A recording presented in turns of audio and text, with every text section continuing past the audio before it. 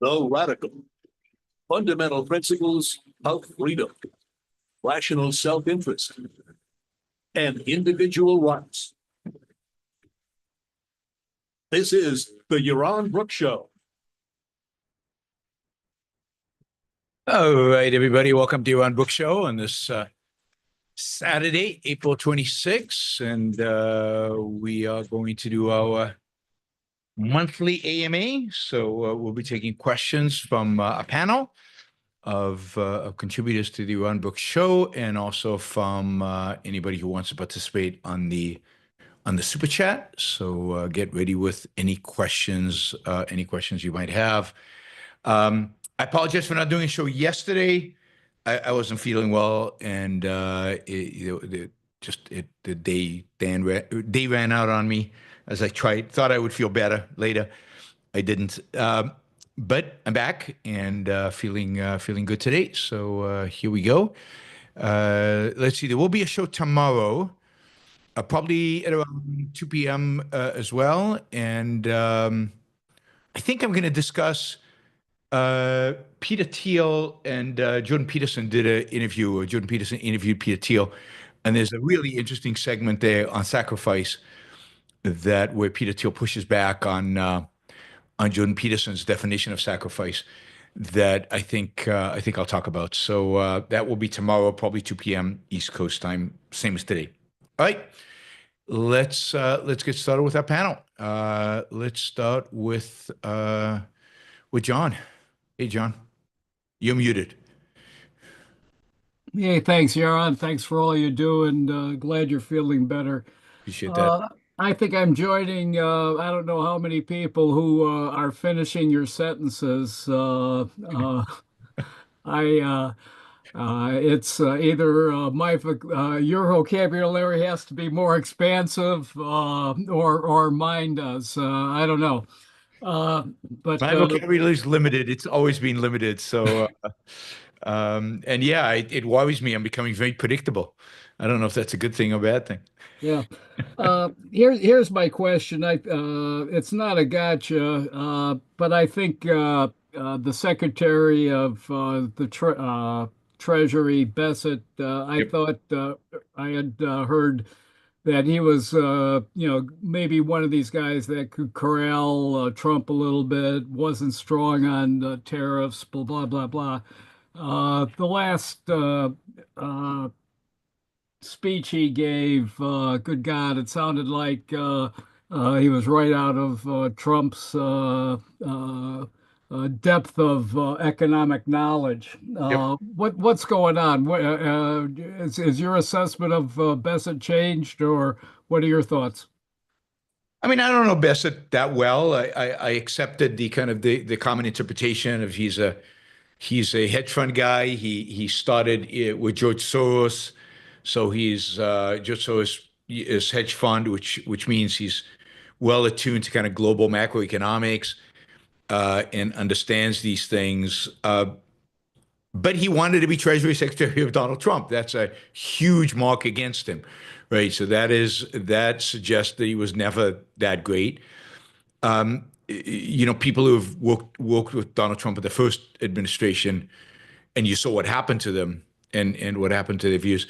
So I think he knows better. I think he absolutely knows better, but I think he also has cut the kind of deal with the devil, the way he says to himself, if I'm going to last, if I'm going to be here, if I'm going to do what I want to do, or hold on to the power that I now have, I don't know him well enough to know kind of what motivates him, then I'm going to have to do my best to rationalize to the best of my ability what Trump is doing. So he's trying to come up with convoluted excuses and explanations for Trump, which I think he knows are false, but he feels like he has to do it in order to survive, and maybe, try to do the best he can to explain to the market what Trump's thinking and calm the market by saying, yeah, in spite of this, it's not as bad as you think, and there's some good stuff could happen, and so he's trying to spin it positively. It's just very difficult to do given what's happening. I think he knows better. Is he a laissez-faire capitalism guy? No, he's not. But he knows the damage of tariffs. Maybe he's bought into some of the nationalist stuff of we need to bring manufacturing back, which is unfortunate because it's complete economic BS. But yeah, it's so hard to tell because how much of what he's doing is tainted by power lust, right? But just wanting to be Treasury Secretary and wanting that kind of control and that kind of power is very hard to tell. I don't know him well enough and I haven't followed him over the years, other to say that he seems like he was a successful hedge fund manager, particularly under Soros.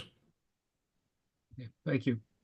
Although I can understand why MAGA's going nuts. I'm surprised they're not going more nuts, given that he came from Soros's world, right? Soros is the definition of the devil, according to MAGA. So the fact that he, is friends with Soros and learned his craft from Soros, that should you would think MAGA would go crazy about that.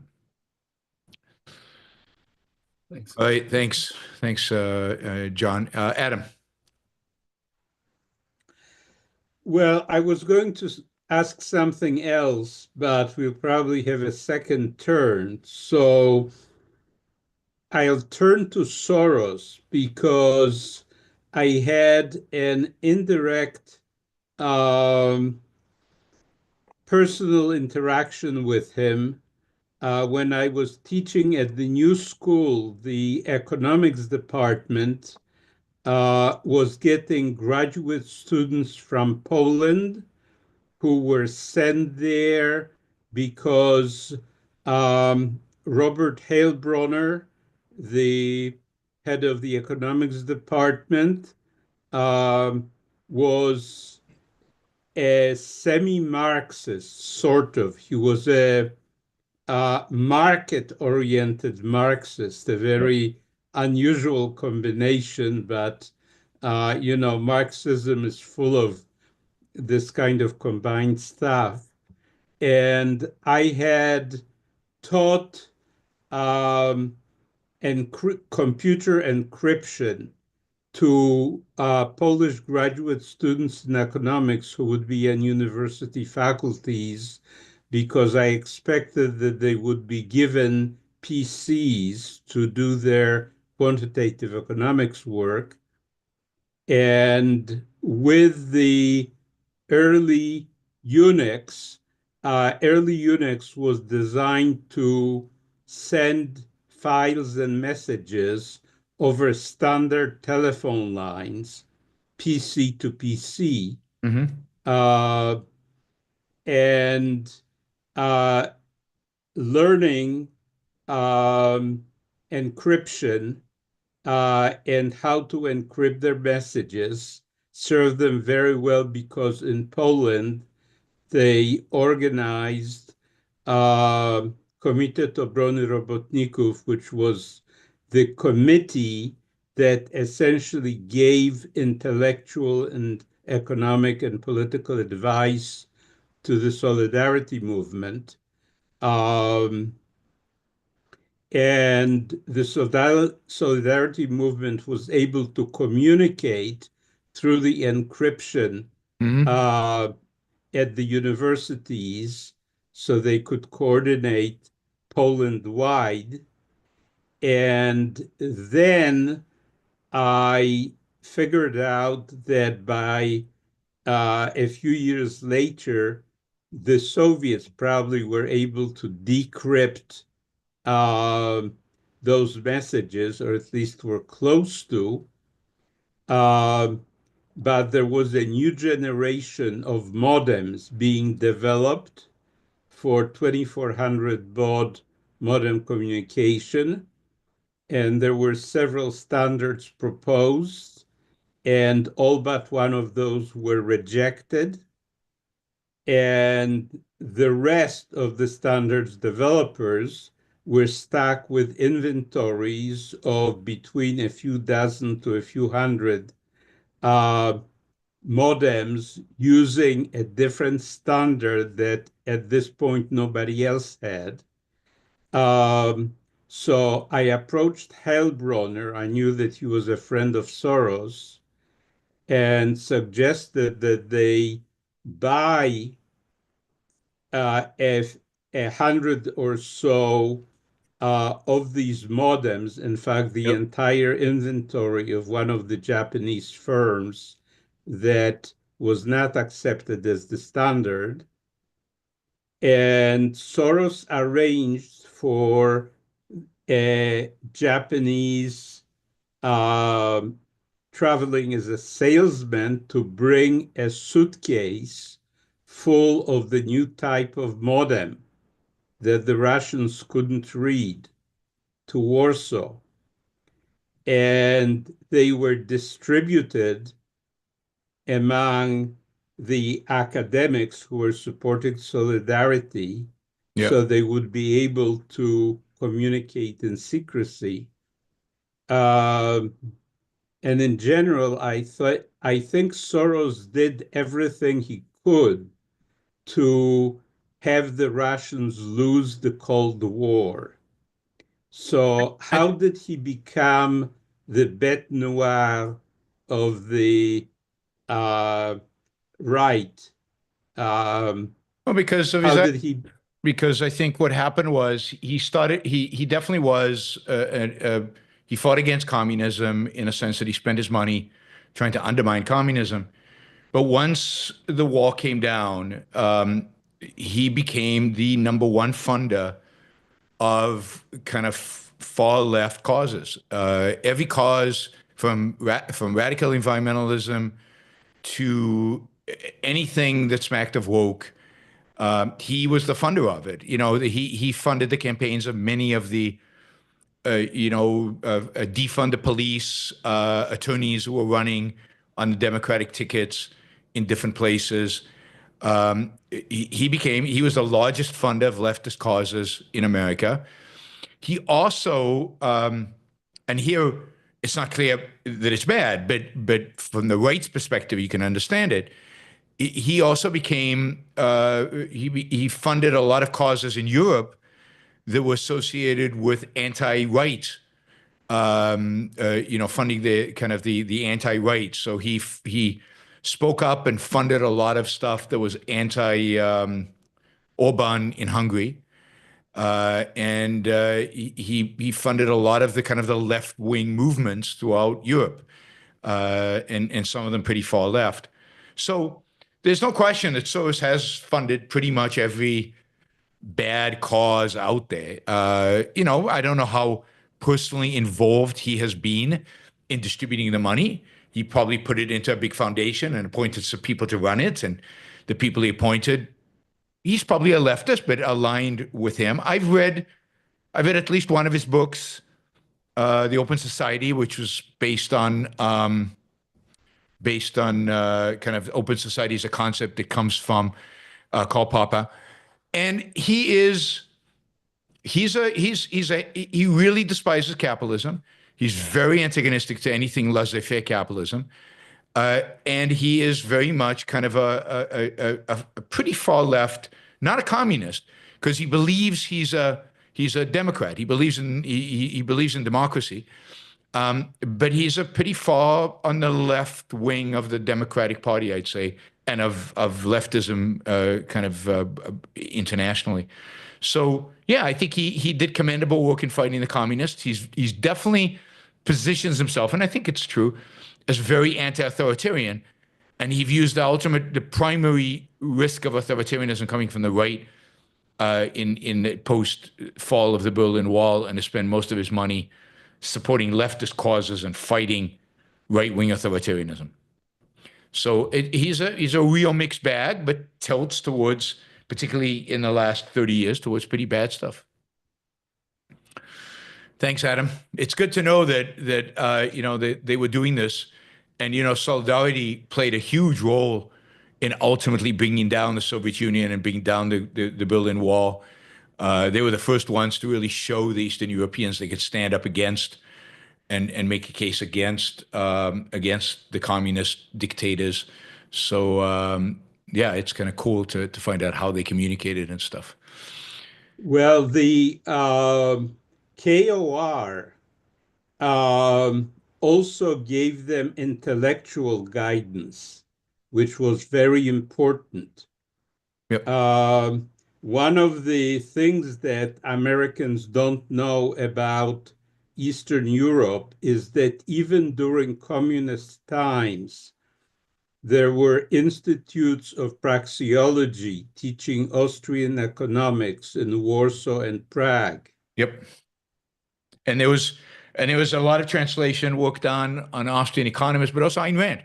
Ayn Rand was being translated to many of these languages, being snuck into Eastern Europe. And I've met people from that era in Eastern Europe who were involved in the anti-communism movement who said that they were reading Ayn Rand in secret during the 1980s. So yes, the intellectual ammunition that they received, ultimately that's what led to the fall, I think, of the Soviet Union. All right, let's go on. Thanks, Adam. Steve. Unless you think some of your positive shows don't have an impact. I went to the symphony for the first time, which was quite enjoyable. So, oh, good. Thanks for that. What'd you listen to? What was the program? It was mostly singing. The anchor piece was like Carmina Burana or something like that. It's like Carmina Burana. Yeah. Call off. Yes. Lots of singing, lots of languages. That's pretty cool. The Carmina Burana is pretty cool. It's a really cool piece. Very dramatic. Yeah. My question is about, I guess, the pushback we've been watching against the deportations to El Salvador. This feels kind of like it's like a real rear guard action in a lot of ways. Like, if you think about it, like since 9/11, we've seen like a fundamental assault on due process in general in the United States, like very incrementally.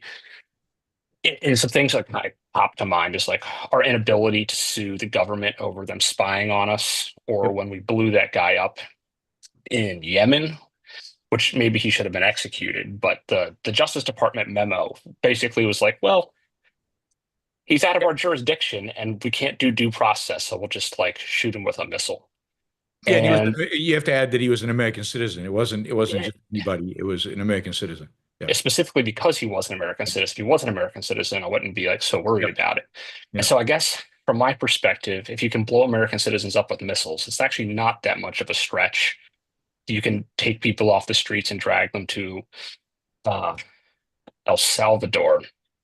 And I guess I've been really surprised at how surprised the judiciary seems to be by all this. That from my perspective, they've kind of like stood around and watched a lot of this happen over the last 25 years. So I guess like better late than never, but I'm pretty worried that like, and especially picking up like these two guys and like anchoring on, well, should this guy from Maryland have been deported or not? Or what were they violating this court order? It really feels like it misses the fundamental question of like, should we be grabbing people and sticking them in a prison in a foreign country without anyone like thinking twice about it? Yeah, I mean, there's a lot going on here. I basically agree with you that all these issues should have been brought up a long time ago. I've been talking against like the Patriot Act, which is constantly being renewed, even though the threat is by most accounts pretty minimal these days. It's continuing to be renewed. Snowden is considered a traitor to the country because he revealed that the NSA spying on us. When the response should be thank you for letting us know this is important. And he's still considered, and nobody's even talking about granting him a pardon, even though they gave a pardon to what's his name from WikiLeaks, who is like, this guy did really illegal, immoral things, and Snowden, maybe he didn't do it right, maybe he should have done it differently, but fundamentally what he did was, I think, beneficial to Americans and consistent with his oath to the Constitution rather than his oath to his commanding officer. So I think ultimately he's a hero, and yet he's not going to get a pardon. So yeah, I think this has been going on for a long time, but also there was actually a war. Part of the problem is that war was never declared, right? War on terrorism is not a war. I mean, so war was never declared. Congress never declared war. Congress never declared victory, so war could end. So you could end whatever special, like emergency powers. And what we've got into the habit is allowing the president to kind of declare an emergency every few years. I think we have right now executive orders declaring 65 different emergencies, right? There's 65 emergencies in the United States right now because they're never rescinded, right? So Obama declared emergencies, Bush declared emergencies, Trump first time declared emergencies. And then we never question them. We never challenge the one when they file them. And then they just become more and more emboldened in terms of the stupidity of the emergencies that they declare. And the violation of rights become bigger and bigger. And yeah, slippery slopes do exist. They don't just exist. They're everywhere. Slippery slope is like a principle of morality and a principle of politics. Once you grant them the right to stick people in faraway prisons, and with no monitoring and no end date and no consequences, then yeah, the next step is, they're sending people off to El Salvadorian jails just because they feel like it, and nothing more than that. But there are a lot of things like that, right? So part of this is the fact that we have basically been ignoring the violations of the rule of law for 30 years and maybe longer. But there's also the other thing which I pointed out the other day on the show. There's the idea that for at least 10 years, maybe longer, we've been dehumanizing immigrants, right? They are the other. They are somehow evil. They're illegal immigrant. They're really illegal. There's something really. They're not completely human, right? It's okay to do whatever to them, and now we're paying the consequences. Now, this administration will do whatever, and when you say something, well, they're illegal immigrants. So, and of course, that's step one, and then you dehumanize the next other group, whether they're citizens or not. So there are many slippery slopes here that we have not stood up against the government and against our politicians and against the culture over and over and over again that are coming to fruition, that are manifesting itself now in what's explicitly a violation of rights. I will say this: it's good that people are at least waking up now. It's late. Is it too late? I don't know. And the one thing nobody seems to be doing is defending immigrants. That's out. Everybody's like saying, yeah, they're illegal, deport them, but you should do due process, right? When you send these people back to hell, do it legally, do it according to the law. All right. How about not sending them back to hell? That is not even on the table, right? I mean, they're talking about sending people back to Venezuela who escaped there because Venezuela became communist, right? They're talking about sending people back to Iran. They're talking about people sending back to most brutal regimes ever because they're here, quote, illegally, and it's horrific. Yeah, do you see a world where, because I just feel like when it's the Hawley administration or the Vance administration, the next logical step is just to declare these people terrorists, because terrorist seems to have a very expansive definition these days. Well, that's what they've done. That's what Trump has already done, right? I mean, how is he sending them to El Salvadorian jail? He declared an emergency. He defined membership in certain gangs as terrorist gangs, like the cartels in Mexico are now terrorist organizations. The El Salvadorian gang, MS-13, is a terrorist organization. The Venezuela gang, which is not even clear it's a gang, is a terrorist organization.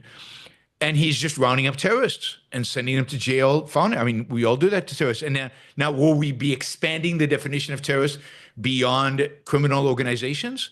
Once you assign terrorists to a criminal organization, well, maybe people who commit fraud are terrorists. Maybe American criminals are terrorists. And Trump has already said it. Maybe we should send American criminals to El Salvadorian jails. And if ultimately we find out that they're actually innocent, well, we can't bring them back because now they're under the jurisdiction of El Salvador. So our hands are tied. And it's just, I don't understand how people are not like, as outraged as some people are about this. I don't understand how more people are not just horrified by by the implication of this and what is possible in the future in terms of how bad this could get. Now, the good thing that's happening is I think there's a good chance Trump is really going to fail, and that'll make it less likely that Vance wins, and more likely that we get some centrist Democrat next time, which is, I think, our best hope at this point. So we will see. But yeah, I agree with you completely in terms of where we're heading. And even if we get a centrist Democrat, we know they will fail ultimately, and we will get, at some point, we will get a Vance or Hawley equivalent guy. That is the trend, unless we reverse things at some point here, unless that is the trend, and that I don't know. That's going to be very, very tough to reverse. All right. Thanks, Steve. Amlan. Yeah. Good afternoon, Yaron. Good afternoon. So, my question is related to sea lanes, and kind of let's start with the specific around the Houthis and stuff. And as much as I despise the idiot, or no, I should call him an idiot, but I don't like Vance. I like Yeah. you Yeah. said, he scares me. Yep. But was he completely wrong to say that, well, maybe Europe should be stepping up more here to do something with the Houthis? And what about the Egyptians? I mean, they're the ones losing all kinds of money with the Suez Canal, and Yep. the US gives them ridiculous amounts of aid and all that. Like, how, and the Chinese, like, how come these other countries aren't being asked to step up and take care of this problem? And at the same time, maybe just on a broader kind of view, you've indicated a number of times that the US military should have one very overarching aim, which is protecting the sea lanes. And I guess my question would be, like, why the US? Like, why? I mean, I understand the national interest Yep. for US and all that stuff, but why isn't the rest of the world being kind of asked to step up here a little bit? Because in So many ways, they seem to be affected a lot too. sure, and I think they should be, but the issue is really historically after World War II. Yeah, Before World War II, really leading up to World War One, the protection of the sea lanes was a British endeavor. That the British did that. That's what the British did, and really there was a passing of the torch after the Second World War. And the assumption was, first, the country that does it should be a free country. Do we really want the Chinese to be patrolling the sea lanes in the world? And that could lead to more to conflict than to anything else. agreed. So the idea was the United States should do it, partially because it's a free country, but also it has the weapon system, it has a navy capable of doing it, and also after World War II, the rest of the world was devastated. The United States had allies, but they were all too poor to participate. I think one of the few things that Trump got right first time around was, and it was, and Ayn Rand really said this in the 60s and 70s, I think. Wait a minute. Europe is rich now. Why are we defending Europe, right? We don't need to defend Europe. Europe can defend itself. They've got the money. They could buy the weapon systems. We'll sell them to them, or they could develop them themselves. They have the capability of deploying a navy that can patrol certain of the sea lanes. Maybe we can cut a deal with them. They get some sea lanes. We get some sea lanes. We keep the Russians and the Chinese out of it, but the free countries of the world now patrol the sea lanes. And that's probably where we should be. But the reality is that no European nation has a navy or an air force capable of doing it right now. They just don't, right? The Brits are the closest. They can deploy some ships into the Red Sea, but not much. Japan might be able to do, but Japan's very far away from that part of the world, and it's got its own problems in China, and maybe Japan should be responsible for like the sea lanes in China, because the other big bottleneck is the South China Sea. That's why the Chinese want it, but also the Malacca. I think it's the Malacca Straits. It's like where Singapore, Indonesia, and Malaysia, kind of that area, very narrow straits, lots of pirates in history. Maybe Japan India maybe could join a coalition that patrols that part of the world. So you need somebody to do it. I agree that ultimately the shift needs to be to involve the Europeans more. I think it's a mistake that the United States hasn't demanded that in the past. I said 10, 20 years ago, I think the US should leave NATO. Yeah. And that'll force the Europeans to step up and do more to protect themselves and build up kind of a military force that could be deployed. But the reality is right now, with in spite of Vance, is that the Europeans can't do it. They just don't have it. And trade to Europe is important to the United States. That is, it's not right to say, this is just a European problem, because the fact is that we import stuff from Europe. A lot of the parts that we use for our sophisticated stuff comes from Europe. We need Europe to do okay. This is one of the reasons we should be involved in Ukraine until Europe can defend itself.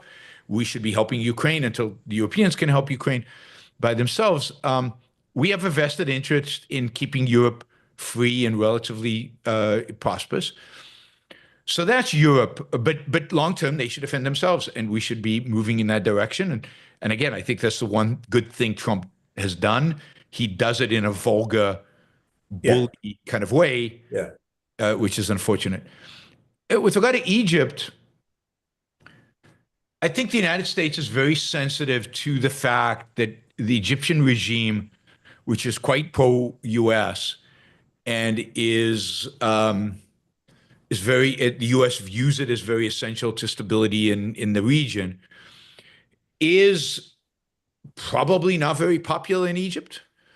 And that the alternative to it is the Muslim Brotherhood. And the Muslim Brotherhood is probably quite close to the Houthis, right? I mean, they're Sunnis, they're not Shiite, but they are radical Islamists. And so the last thing the U.S. government wants to do is destabilize Egypt. And because of that, because of what, the kind of the mayhem that could cause. So Egypt participating against the Houthis, even though Egypt in the past, Egypt went to war in Yemen, in the 50s or 60s. At some point, Egypt actually sent troops to Yemen to try to, exactly your point. It was crucial for them that shipping could flow up the Red Sea, and they actually deployed troops there. But I think now nobody wants to see Egypt fall into the Muslim Brotherhood, so we don't want to give them an excuse. I have said that I think the people who could take care of the Houthis, and the way you actually end it, because it's very hard to win a war from the air, is the Yemenis themselves, the non-Houthi Yemenis who's been fighting there in the civil war, and the Saudis. The Saudis have been fighting the Houthis for many, many years. They stopped because America demanded that they stop because of humanitarian reasons. They were killing too many civilians using American weapons. We should re-encourage the Saudis and support the Yemenites in the north of Yemen to fight and, help them with air support, but let them do the ground fighting and get rid of the Houthis that way. Okay. So just very quickly related to that then, Yep. going back to sort of like Europe and maybe the richer countries in Asia, the freer countries. I mean, would it be legitimate for the US to say, okay, guys, look, today we know that militarily you can't do it while you get built up and all that stuff. Here's a bill, right? Like $50 billion a year or something, because it needs to hurt a little bit to you guys so that you actually step up to the mark instead of just sitting back and letting us take the ball. I think that's completely legit. Absolutely. Absolutely. I think sending them a bill. I think that it's already happening in a sense with Ukraine. The Europeans now are supporting Ukraine a lot more than the US. Yeah. It's going to shift to Europe, and I think that's ultimately a good thing. Although I'd like to see the US support Ukraine a lot more, get this over with, kick the Russians out, and then shift to the Europeans. Yeah. I don't know if you saw today, Zelensky and Trump met at the Vatican. It's a pretty iconic picture of them sitting it looks like St. Paul's Cathedral, completely empty, huge space, and them sitting on two chairs, huddled together, talking. So, and Trump then tweeted something that was pretty harsh against Putin. So maybe Trump is moving away from his crazy position, but of course he could change his mind in 5 minutes. So we'll see. What a twit. Yeah. It really is. He really is. Yeah. And Zelensky is there. You can see he's got the passion. He's trying to explain stuff to Trump. Yeah. Like, I feel sorry for Zelensky. Poor guy still trying to talk to him as if he's talking to a rational actor. But I would also say what the United States should say is, look, guys, we're leaving NATO in 5 years, 10 years. Yeah. And I would say to the South Koreans, we're probably going to reduce our forces in South Korea significantly over the next 5 to 10 years. Yeah. Let's figure out how we can work with you and the Japanese and the Taiwanese and so on to hold back China. But most of the burden for all of that is going to fall on you guys. You're rich enough to take care of it. We'll give you support. We'll back you up. We'll sell you weapons. We'll even allow you to go nuclear, which I think the U.S. should allow you to do. But you guys are going to be responsible for the front line against China. We promise to back you up, but we won't fund it all. And I think that's the right approach. And then the United States can back away from the world in a healthy kind of way while supporting free countries. Yeah. The alliance should be kind of an alliance of free countries. So the United States should be in the background with the free countries of the world taking the lead. Agreed. Okay. Thanks, Yaron. Yep. Thanks. Holden. Hey, Yaron. I wanted to ask what you thought about the correct objectivist position on transhumanism is. Well, what do you mean by transhumanism? Basically turning humans partially into cyborgs and using technology to make it so that we can edit genes and whatnot. So I'm all for it. I don't know what the objectivist position is because you'd have to ask Ayn Rand for that, and I don't think the concept existed back then, and she certainly didn't have, as far as I know, an opinion about it. So I wouldn't say it's the objectivist position, but my position is anything that enhances the capacity for human beings to flourish should be done. If we can use gene editing to make us smarter, if we can use gene editing to make us free of disease, if we can use gene editing, to make us stronger, though I'm not sure being stronger is that valuable in and of itself. Maybe we can, because for physical labor, we're going to use robots in one way or another. If we can use artificial hearts to replace failing hearts, if we can replace arms with artificial arms, as we do today. If we can enhance arms by, some mechanism that you can strap into and suddenly gives you a robotic arm, all of that is good. It chips in the brain. I mean, I worry because I don't want the government to get control over that chip and control my brain. But to the extent that something useful can be done with chips in the brain, I'm cool with it. So yeah, I'm if you could take a drug today that makes you more competent, makes you more able, more productive, and has no downside, I would be for it. I don't think we can trust the drugs that we have, so I would be careful with everything that's being promoted and sold. But I am for human flourishing. If you can use technology on human beings to make human beings better, we should do it. It would make the Olympics a lot more fun too. It would make the Olympics a little ridiculous, yes.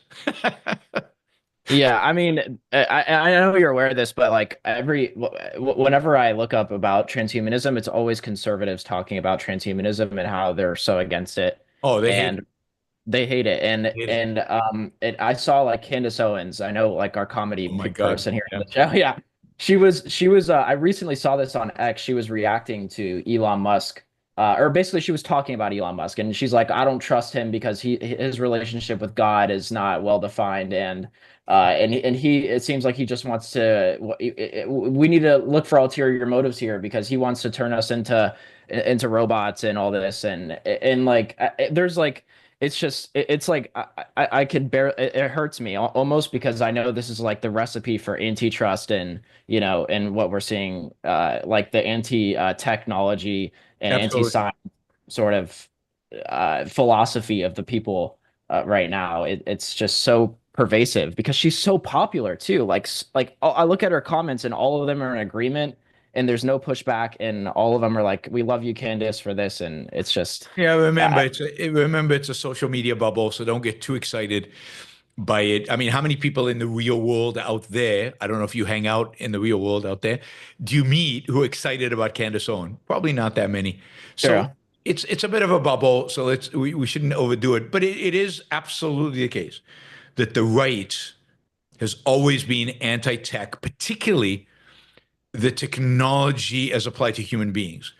I mean, there was the famous biotech commission that George Bush deployed, that assigned, that wrote up this memo that basically was against life extension, and they were very much against, technologies that would extend human life.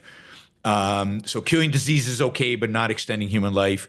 They're very much against gene editing, particularly if gene editing is used to enhance. If it's used just to cure diseases, that's okay, but don't enhance.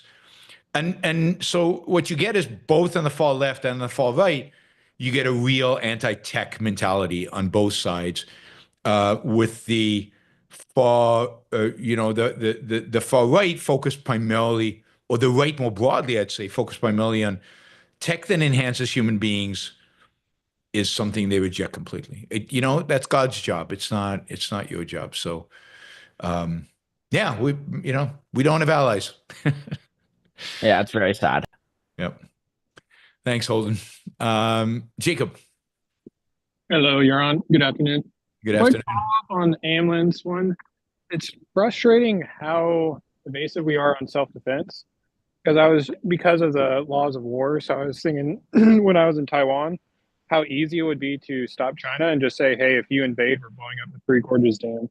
Or for Iran to say, hey, if you keep this up, we're going to blow up all your oil refineries. It's not, we have to use very expensive bombs and to precision guide every ammunition. Do you Yep. think that's part of the problem of the modern world? Oh, no question. I mean, the reality is, I don't know how many hundreds of millions of dollars, or maybe it's billions of dollars now, the United States has spent on the Houthis. The Houthis are still blocking trade. The Houthis are still launching ballistic missiles into Israel, or trying at least. But so, you can use all the precision weapons in the world, unless you find a way to break the will of your enemy to fight, you will not win. And it's very difficult to break the will of the enemy to fight using precision weapon systems. And they're very expensive, as you said, and it takes a very long time. And again, it's not, these, if you just go around killing jihadis, well, It'll take hundreds of years. yeah, I mean, and also they think they're going to heaven. So if the jihadi friend of mine has been killed, oh, I'm next. This is cool. I get 74 virgins or whatever. So that is not, so the rules of war, definitely the case. You could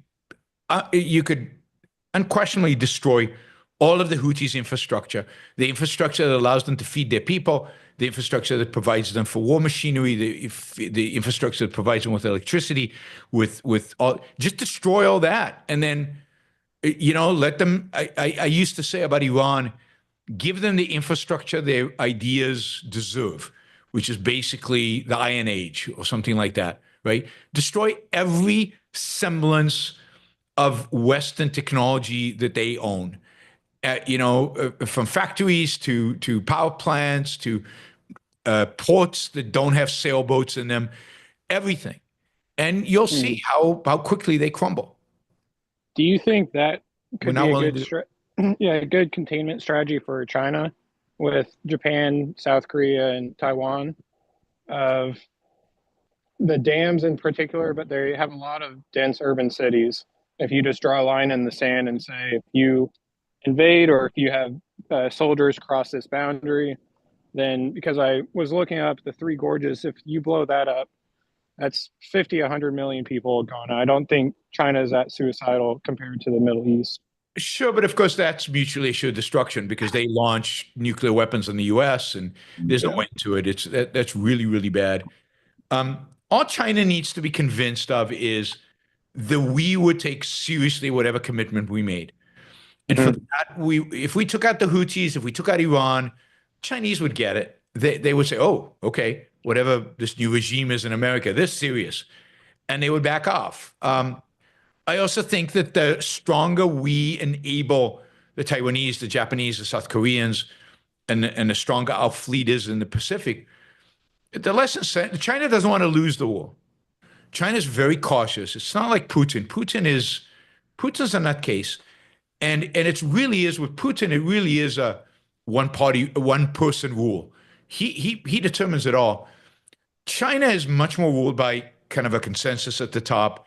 Xi is very powerful, but he has to appease lots of special interest groups within the Communist Party. And they can't afford to lose.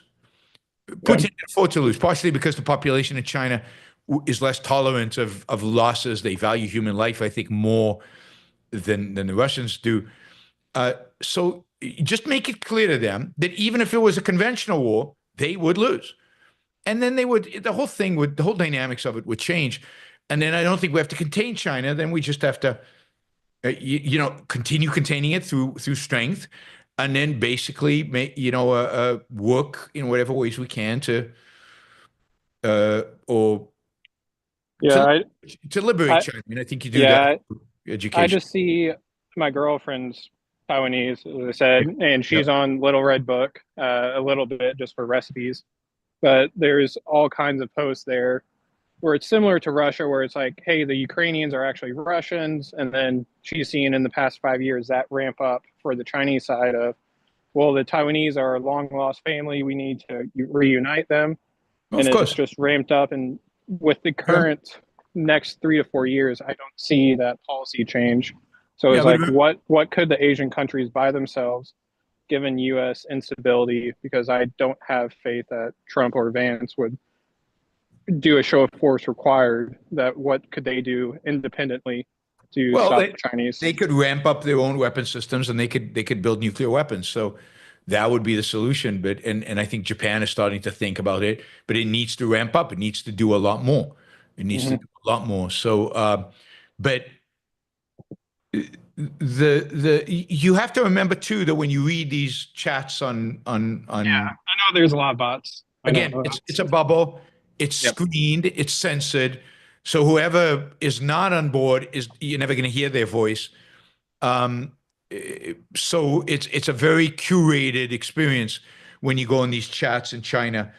So yeah, I don't think the Chinese people, particularly those who've now achieved middle class status, want to go back to being poor, want to engage in a war, and they might talk the patriotic talk, but if they lose, they will not be happy. And I don't think the Communist Party can afford tens of millions of people, potentially hundreds of millions of people, not being happy with them. So, I mean, the solution is America's strength and the projection of American strength. And I don't know what the solution is given this administration.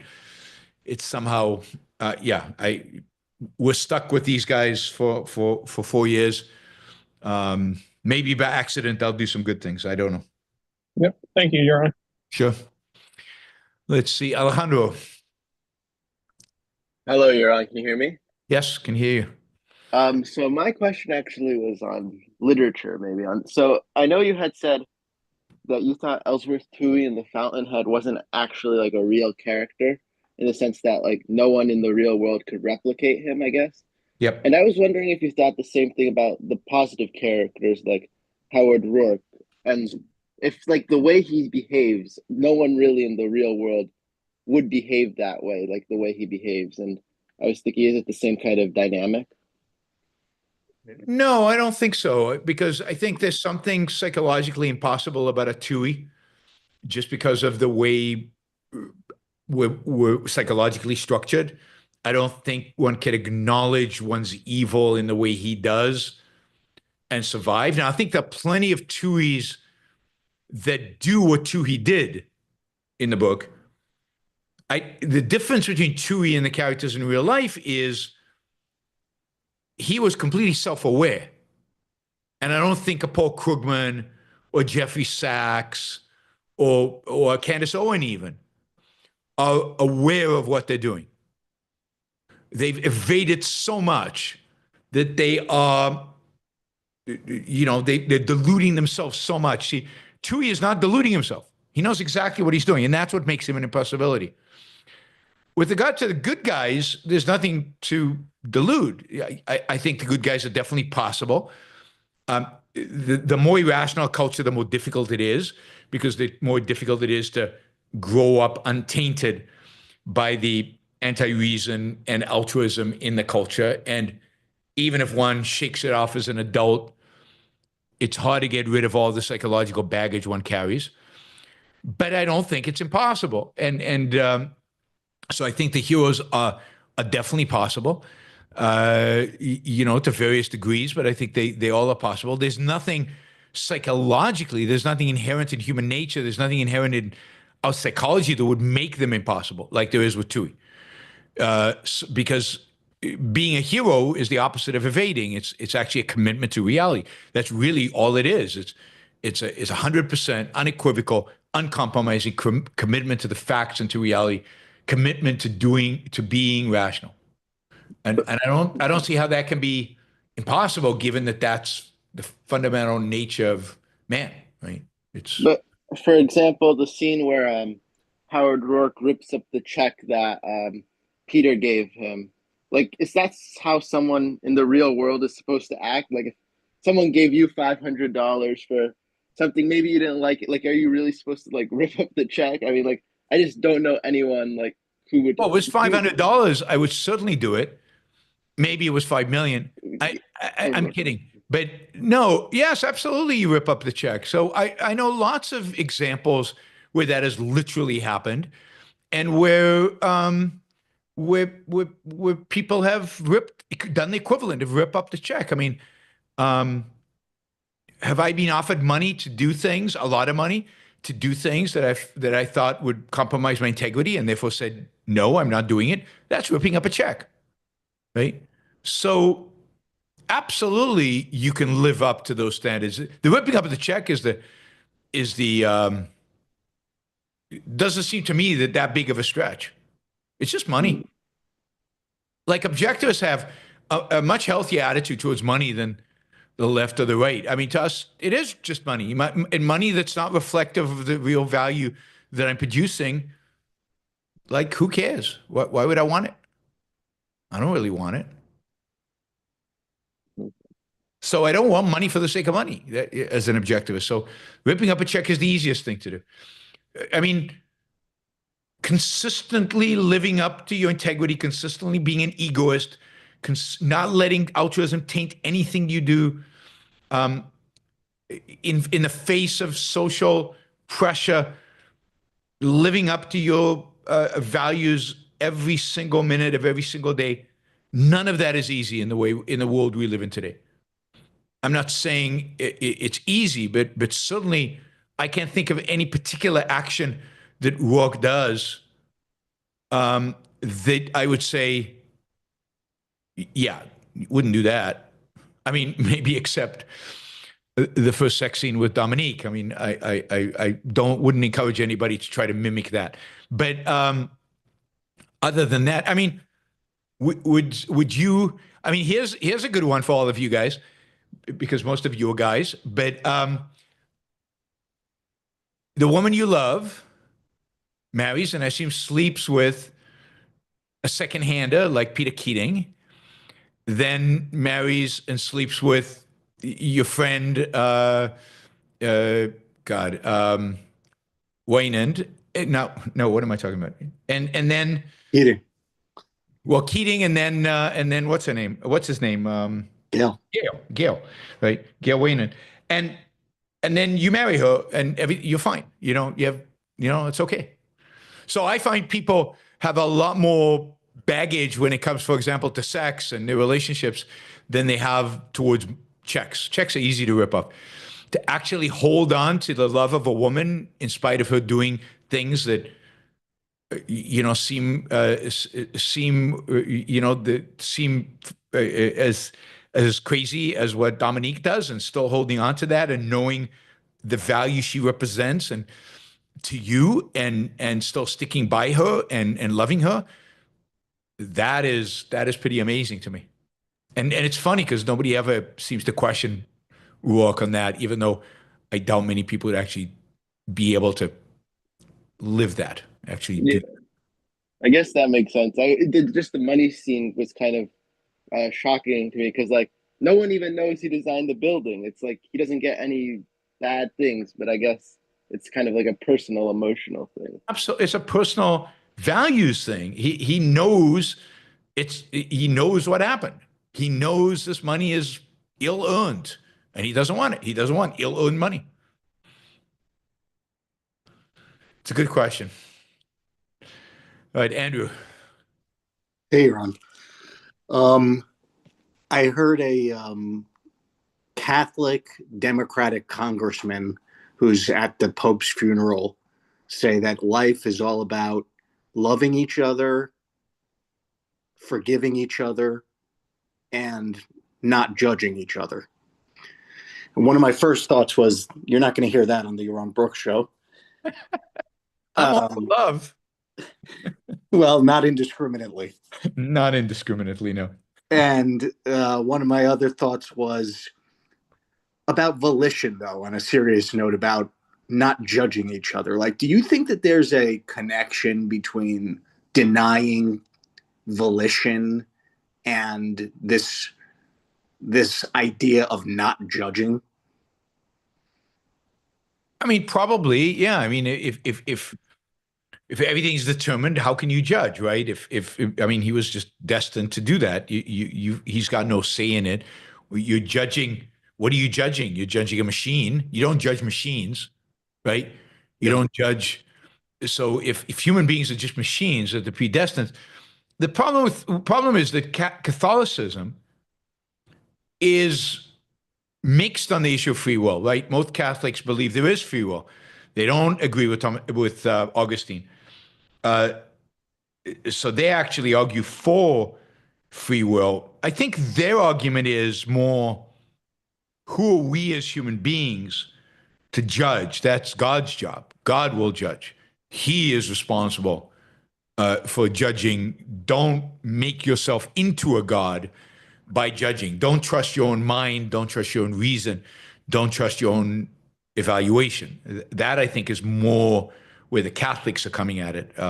Luther and Calvin, at least certainly Luther, were very anti-free will. So they were very much on the side of, yeah, I mean, whatever happens, happens, and you're either going to hell or heaven, and that was determined before you were born. So nothing you can do about it. Yeah. Yeah, I mean, they believe in a judgment day, right? Where God ultimately judges. Yeah, but they believe in the Protestants, or at least those Protestants, believe in a judgment day where God just fulfills what has already been decided. The Catholics have more of a conception of a judgment day where people are judged right there. In other words, they're not just fulfilling their destiny; they're actually evaluated. But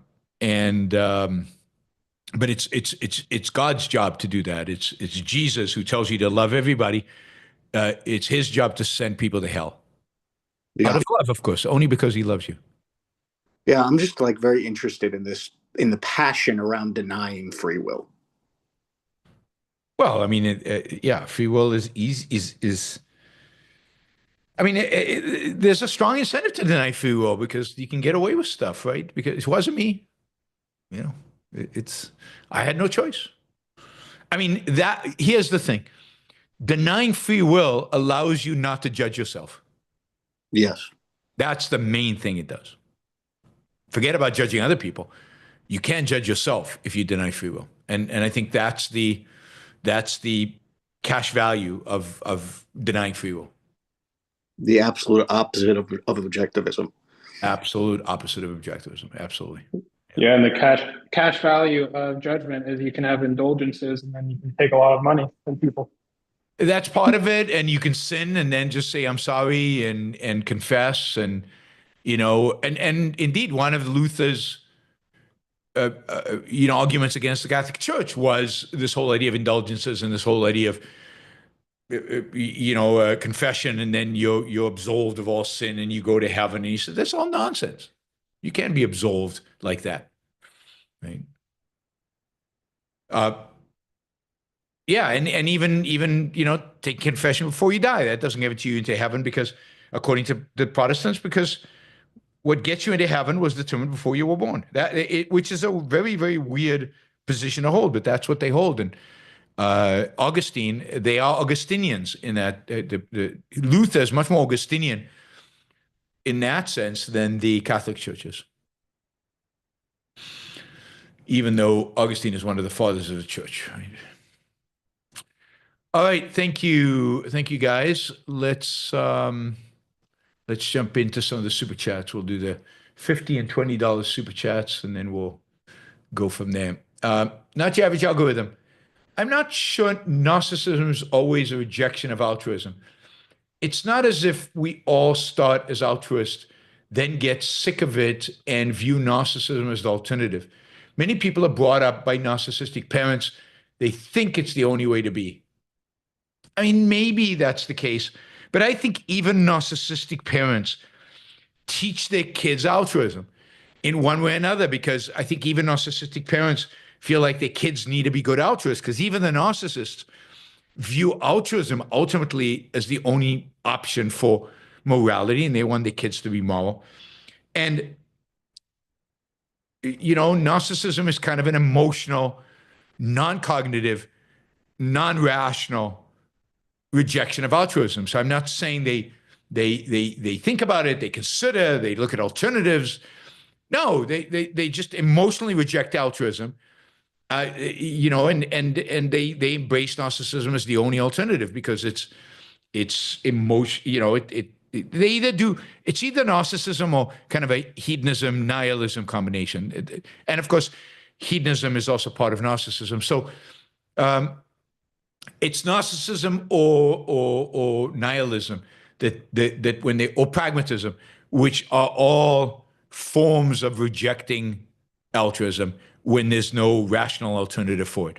And it's all done emotionally, and it's probably done relatively early in life so that it's not easy to identify the point, and it's not easy, and it's not done as a consequence of some thoughtful thinking through. One thing for sure, it's not genetic, right? Narcissism is a perspective on the world. It's a particularly set of orientations, values, that it's a set of ideas at the end of the day, and we are not born with ideas. We're born with inclinations. We're born with capacities. We're not born with ideas. We're not born with a predestined approach. Now, maybe something like being a psychopath you're born with, maybe there's something messed up in the brain that makes certain connections impossible. I don't know.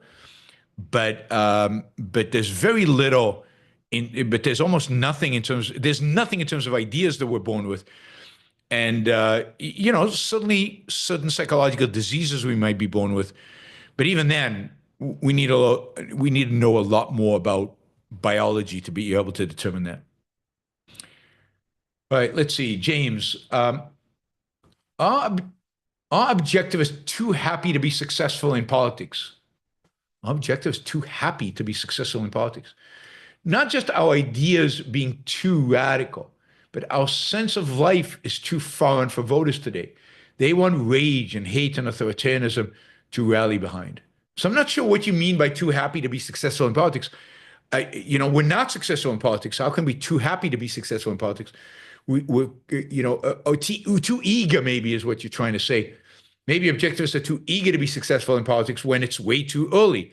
And yes, I definitely think that we are too eager to think about politics.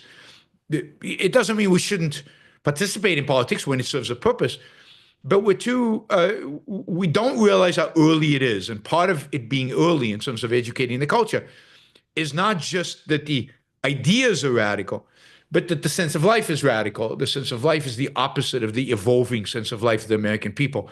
The American people sense of life is devolving, moving away from what it used to be into, as you described, a kind of a angry, hateful tribalism, which leads to authoritarianism. So yeah, I think we've got a long road in front of us, given all that.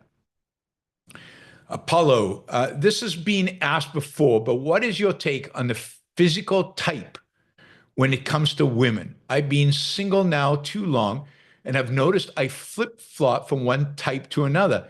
Am I being whimsical? No. I mean, the fundamental is physical type doesn't matter that much.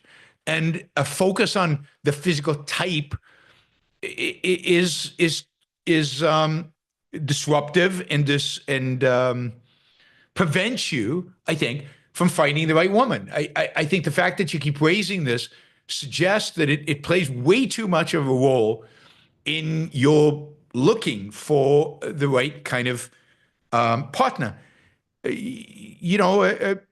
Physical type, at the margin matters, but it matters very little.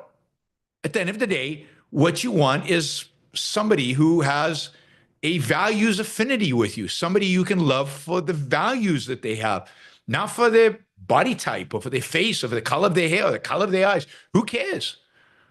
All those things are, they're optional. Whereas what's really important, what's really going to bond you to another person is their character, are their values.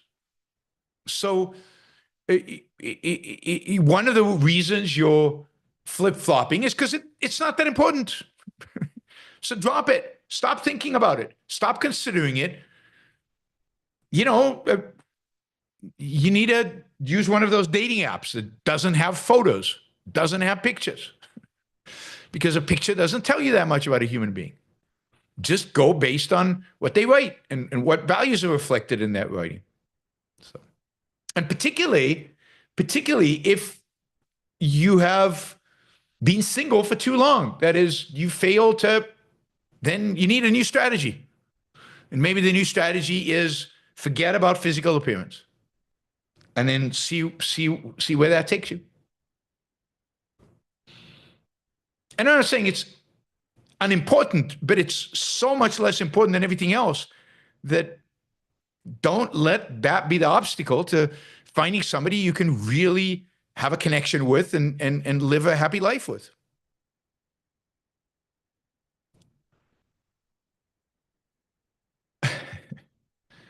Q2 Santos, Trump just wrote his toughest comment on Putin after meeting with Zelensky in Rome. Is it possible Trump can come to his senses? He got first-person experience of support Ukraine has in Europe. I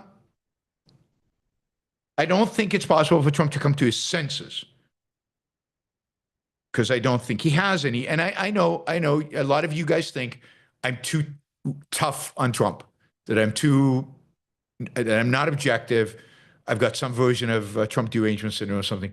But no, I as I've said many times, I don't think he has proper senses. I don't think he can come to his senses. I think that he's acting like, again, like bullies act. And, he's bullied Zelensky, and Zelensky's fighting back. Good for Zelensky. And he thought that Putin was going to recognize how great he was, Trump, and just accept what Trump wants him to do and behave the way Trump wants him to behave. He thought that would just happen. And it's not happening. And he's disappointed. So I definitely think he's disappointed in Putin. I definitely think Putin is behaving in ways that he now doesn't understand, because he doesn't have a proper way of thinking about Putin. I don't think he's going to gain one. So I think emotionally he's pissed off at Putin right now. And he's pissed off because Putin keeps bombing civilian population centers. And to that, for Trump, is some kind of red line that he keeps crossing, particularly given that Trump has said, stop it, and Putin keeps doing it. And it's like, he doesn't get, why is Putin doing this? I mean, he's not very smart. He's just not. He doesn't understand. He can't comprehend Putin. He can't understand Putin because he's not smart. I mean, he thinks in very simplistic terms. And to understand him, you have to think in simplistic terms. I thought this other gangster would cut a deal with me and everything would be great and we'll divvy up the world. And it seems like he's more ambitious than I thought he was. He's actually serious about this violence. He actually wants the stuff. Okay, maybe I'll have to do something about it. But it's not some realization of, yeah, dictators are dictators and they're the bad guys, and Ukraine's a relatively free country and we should support. There's none of that going on in his mind. He can't abstract at that level. So you have to think of what it would mean for perceptual level mentality. And look, I'm telling you what I say about Trump. I'm telling you because I think everybody, I think the world is not objective about Trump in terms of how bad he is. I think he's much worse than people think. Barry Wood, Barry, nice to hear from you. Thanks for being an uncompromising voice of reason. Thank you, Barry. Really, really appreciate it. All right, let's go back to our panel. Let's see. Yeah, this is all got scrambled. Okay, start with John. Yeah, you're on. I saw the interview with Christina Laporte, the author of the section. I detected a very strong emotional attachment. This wasn't just an interview per se. Describe, if you would, your connection with Christina. How long have you known her? And I'm reading the book. I think she's a terrific author. But tell me more about her. I really know her through her husband. I mean, I've known her husband was on the board of the Ayn Rand Institute for many years. Peter Laporte. He was on the board before I became CEO, so going back to the 90s. He was a doctor in Orange County, California. So Peters was on the board when they hired me. So I've known him since the mid-90s. Okay. Christina, I've known as long, so I've known them as a couple, right? So I've known Christina since then as well. Christina and Peter and Leonard Peikoff, their kids were trained by Lisa Van Dam, who then was a teacher of my kids. So they hired her. They were the first ones to hire her. So they go back in Objectivism a long time. Peter in particular goes back into Objectivism to the New York days of the 1970s, I think. What else can I tell you? I mean, they've been friends. We've been friends for a long time. Christina's also, on occasion, helped me out medically. That is, at least once that I can remember. I had a medical ailment that was weird and strange, and she helped get kind of the emergency room physicians to do what they needed to do to figure out what was going on. Everything was fine in the end, but she's a bulldog, right? I mean, if you've got her in your corner, you want a doctor like that. I wish I had a personal doctor like that. Who's going to really, really fight for you, right? And I could say more, but I feel like, I don't know, some of it's personal to her and her relationship with other people, and because she's done this, defending you as a doctor stuff to other people I know, friends of mine. So she's saved people's lives. So yeah, I mean, she's an impressive, as a doctor, she's very impressive. And I have to admit that when I read her book, given that I'd known her for a long time, right, I had no idea she could write. I had no idea she had this kind of imagination, this kind of a skill to put a plot together. It's like, to me, this is like mystical. I can't do it. I have no idea how people do it. And I've known her as a doctor, and this very passionate woman. And I read the book and it was like, where did this come from? Yeah. I wasn't expecting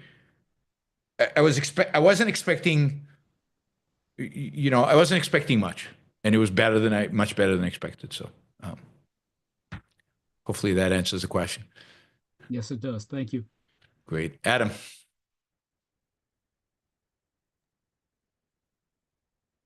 The fiction that we read generally has characters who stay in character, have the same personality throughout their lives. Now, in my personal experience, the two women I have been closest with in my life, one of them had a personality change after her pregnancy. And it wasn't depression, but it's known among psychologists that either depression or some other personality change very often follows after pregnancy. And the other one had a very radical personality change after menopause. Do you think that this is something that is more general and is only ignored by writers for artistic purposes? Or is that something that you have also encountered in real life? I think it's definitely something that is more general that happens in real life. And this is the thing: the more, or put it or the other way around, the less conscious you are of what Ayn Rand called building your own soul, the less conscious you are about creating your own values and using your volition in that way, the more susceptible you are to biological changes within your own body, the more susceptible you are to hormones, influencing you in more dramatic ways, in both pregnancy or childbirth and menopause have big impacts on the hormones the women have, the hormonal for women, and the same thing happens to men as men lose. As the amount of testosterone they produce goes down with age. Exactly how it all plays out, right? And what are the elements that are volitional, what are the elements that are not, and is it what kind of character do you have to build to avoid the changes that happen because of the hormonal issues?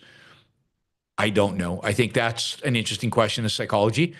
And we will know it hopefully one day. And we need to know a lot more about how the brain works and how hormones work in the brain and how they affect it and so on. And then we need to know a lot more about what it means to build a character and what it means to create a soul.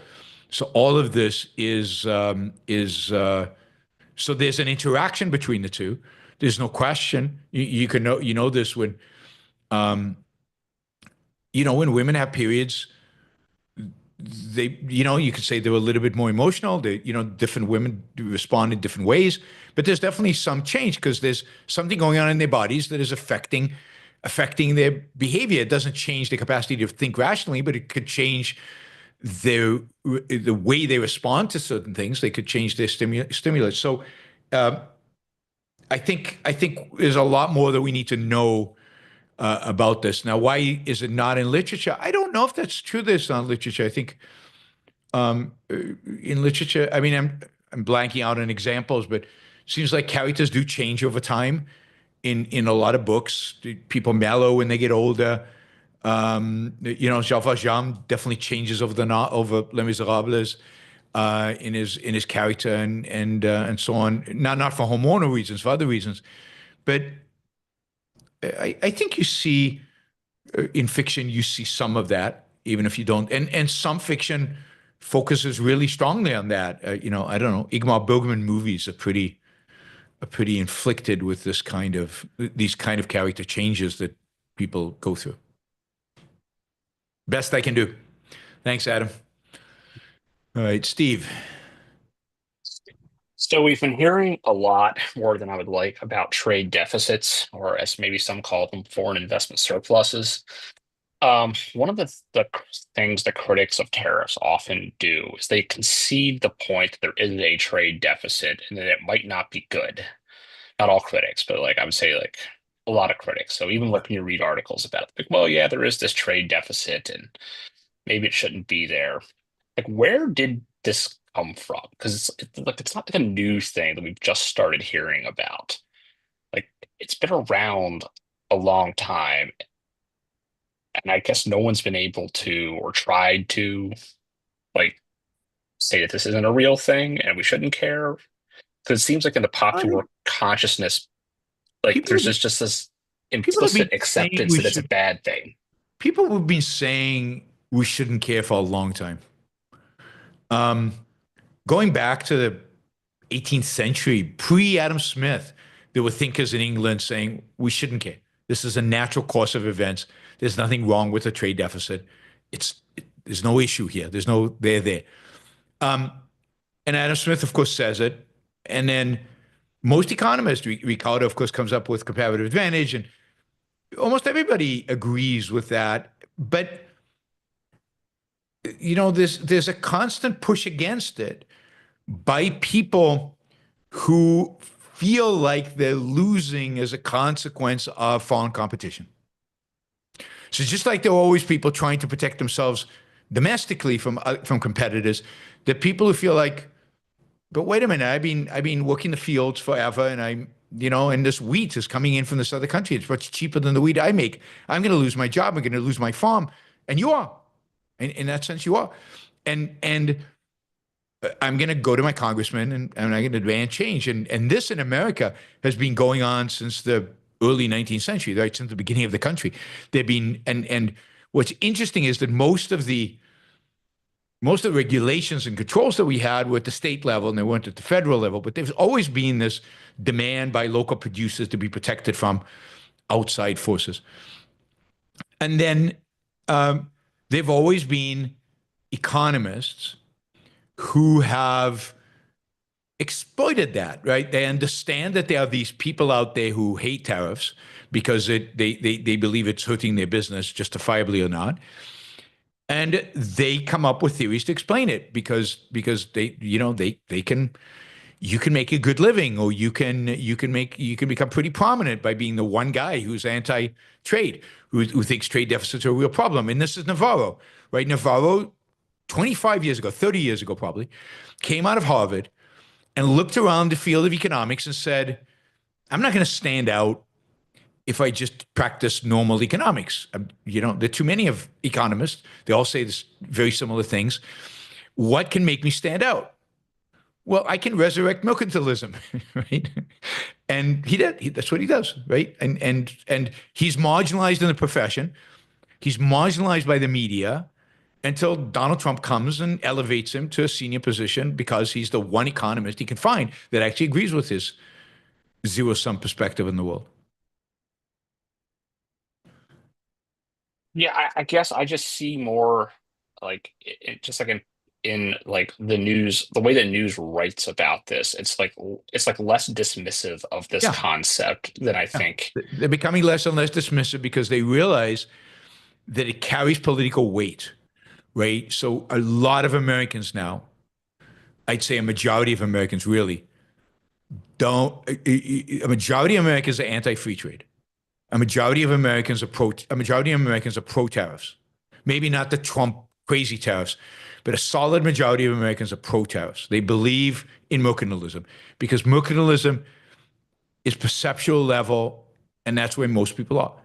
And they bought into it. The media and the intellectuals are going to reflect to the people back what the people in some cases already believe.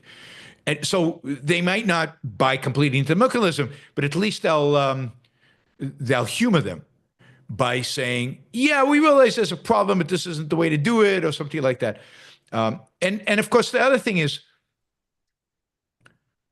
there are real economic problems in the United States, right? There are real issues.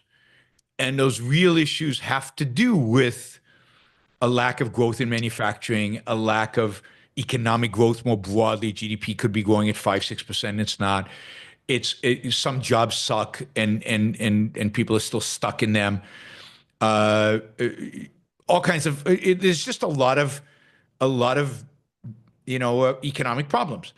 And instead of actually doing the work to figure out what's going on, like too much regulations, too many controls, too much central planning, too much government involvement, they're looking for easy outs and blaming the other. This goes back to a theme I've been talking about for 10 years now. Blaming the other is an easy out, right? Let's blame the other. It's those manufacturers in China. It's those manufacturers in Mexico. They're the problems. So rather than all our regulations and all our controls and all our central planning, couldn't be that. Yeah. Last thing I'll say is if anyone wants to see the logical end game of these policies, go to Brazil. Like, it actually has a trade surplus, and you can buy a Toyota Corolla. It doesn't resemble the Toyota Corolla you buy in the rest of the world. It's a Brazilian-made Toyota Corolla that says Corolla, but it's like a crappy car. Like, and you know where it's made? It's made in Manaus. It's made in the middle of the Amazon, which means to get the parts there, you have to take a boat up the Amazon. And then to get the car to where people actually buy the car, which is in Sao Paulo, Rio, there's no train, right? There's no train through the Amazon. So you literally have to take it by boat down the Amazon River, along the Brazilian coast to a port to unload it. And why Manaus? Because it's the central planning, right? At some point, the Brazilian government decided that they want to develop the Amazon. So they created a tax-free zone in Manaus. So if you build the Corolla in Manaus, you don't pay taxes. So it grew. Manaus grew like it's a 2 million people city or something. But it's like the most inefficient supply chain you would ever do. Nobody would ever want to build anything in Manaus. It's just stupidity on top of stupidity. And this is the kind of stuff that keeps a country like Brazil poor and very poor. And but yeah, I mean, not just Brazil. Think of Argentina. Argentina, before Milei, not only taxed imports, like tariffs, it taxed exports because it didn't want Argentinian farmers to sell their produce outside of Argentina because then there wouldn't be enough in Argentina, they reasoned, right? And you couldn't import stuff because they tariffed the imports. And so you got a situation where you're taxing imports and exports. I don't know if they were running a deficit or surplus. It doesn't matter at that point. At that point, you're screwed no matter what you do. And what you get is poverty and destruction. And it's pretty pathetic. But, yeah. So it's sad that I'm going to have on Thursday, I'm going to have an economist whose name now slipped my mind. Anyway, one of the lead trade economists, he's like I think he's more of a, maybe study political science, but I think I think of him as a trade economist, one of the leading trade economists today, who's done a lot of research and done a lot of studying of deficits, surpluses, all this stuff. And we'll talk about the history. We'll talk about the McKinley tariffs in the 19th century. He actually wrote his dissertation on the McKinley tariffs and whether they helped the United States grow faster or not. So it's gonna be fun. So I'm really looking forward to that interview. That'll be on, I think it's Thursday night. I'm gonna have him on, yeah, that'll be good. So yeah, but the ignorance out there is just astounding. And what's astounding is that, as you say, people take the ignorance side seriously enough to try to appease it. Yeah, they're right about this and that. So, but what about this? And no, they're wrong about everything. And you know, it's like when I say Trump's wrong about everything, and I get pushback as being non-objective. But the truth is, he is wrong about everything. So what can I do? I wish I wasn't that. All right, Amlan. So actually, continuing on this topic of trade, and I know you kind of touched on this the other day. Yeah, but you're Canadian. You're Canadian, and we're sick and tired of subsidizing you guys. I know, and it's exactly on that topic. Actually, I want to ask you that: is it so economically? And leave the political for a second, but economically, is it a valid retaliation on tariffs to tax the exports. And I'm thinking specifically here of electricity, because that is not something that's easily replaceable. It's not something that, unlike the food example you just gave, where you can go and purchase it somewhere else easily. Is that a valid kind of thing to do? Because it shouldn't be penalizing Canadians to do that. It's raising some revenue. Now, of course, our government will just waste it somewhere useless, but that's besides the point. What do you think? Yeah, I think of all the retaliations I've heard of, it's the one that I thought was the best, right? Canada sells to the United States electricity. Just raise your rates, which is a tax basically on Americans. And now, of course, in a free market, the government couldn't do that because the utility would be right. So you wouldn't do that. But in the world in which we live today, it's a fairly I think it's much better than tariffs, and it hurts who you want to hurt. Canada could also do it on oil, right? The United States imports huge amounts of oil from Canada, increase the price. Now, it could be that will encourage more production in the U.S., and it might not be in your. And the same could be about electricity. It could be, but in the short run, it's emotionally appealing and less damaging to yourself. In the long run, it might. If you have to sustain it over the long run, it probably backfires. Yeah, but I was thinking it's almost like, instead of just raising the rate, it would be like, retaliatory tax or something that people see on their bills, kind of thing, and they say, "Oh, absolutely, what's this?" And absolutely. I'm currently in Hawaii right now, and I tell you, the prices here are just out of this world. Where are you? In Hawaii. In Hawaii. Oh, Hawaii is one of the most expensive places anyway. Yeah, because of the Jones Act is a big piece of that. The Jones Act, and I'm willing to bet, that if I was to ask 100 people here, maybe one would know that what it even is, and like the level of ignorance that people have on the world and things is just beyond comprehension. It's actually quite depressing, to be honest. It is very depressing. I agree with you. It's seeing how the most totally depressing thing out there. Yeah. It's the Jones Act. Okay. It's also the limited real estate in Hawaii, which drives up. And then Hawaii is also one of the most heavily taxed and heavily regulated states in America. It's very left.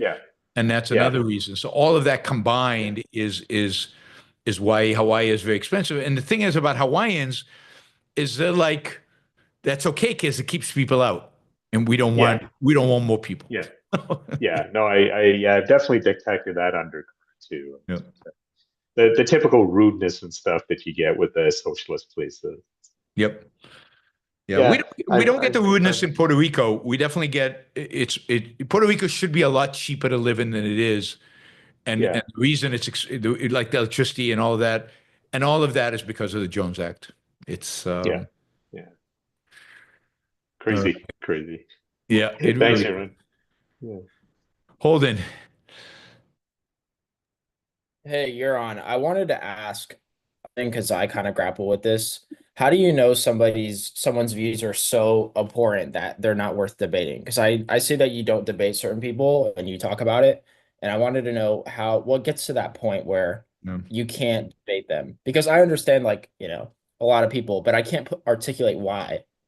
Yeah, it's hard. I think Leonard Peikoff has, and he talks about this a little bit in the article on moral sanction, which is in the new book that came out on. It's an old essay that came out in a recent book, but I think the basic principle is: should they know how evil their ideas are? That is the information available to them? What extent do they have to evade in order to know it? So first, you have to say, the younger you are, the more forgiving I would be, right? Just had less time to be exposed to the world and be exposed to the different ideas and be exposed to what's going on. So a college student who advocates for communism, okay. But if you're now in your 30s and you've got a college degree and you've kind of you kind of in the world and you're still a communist.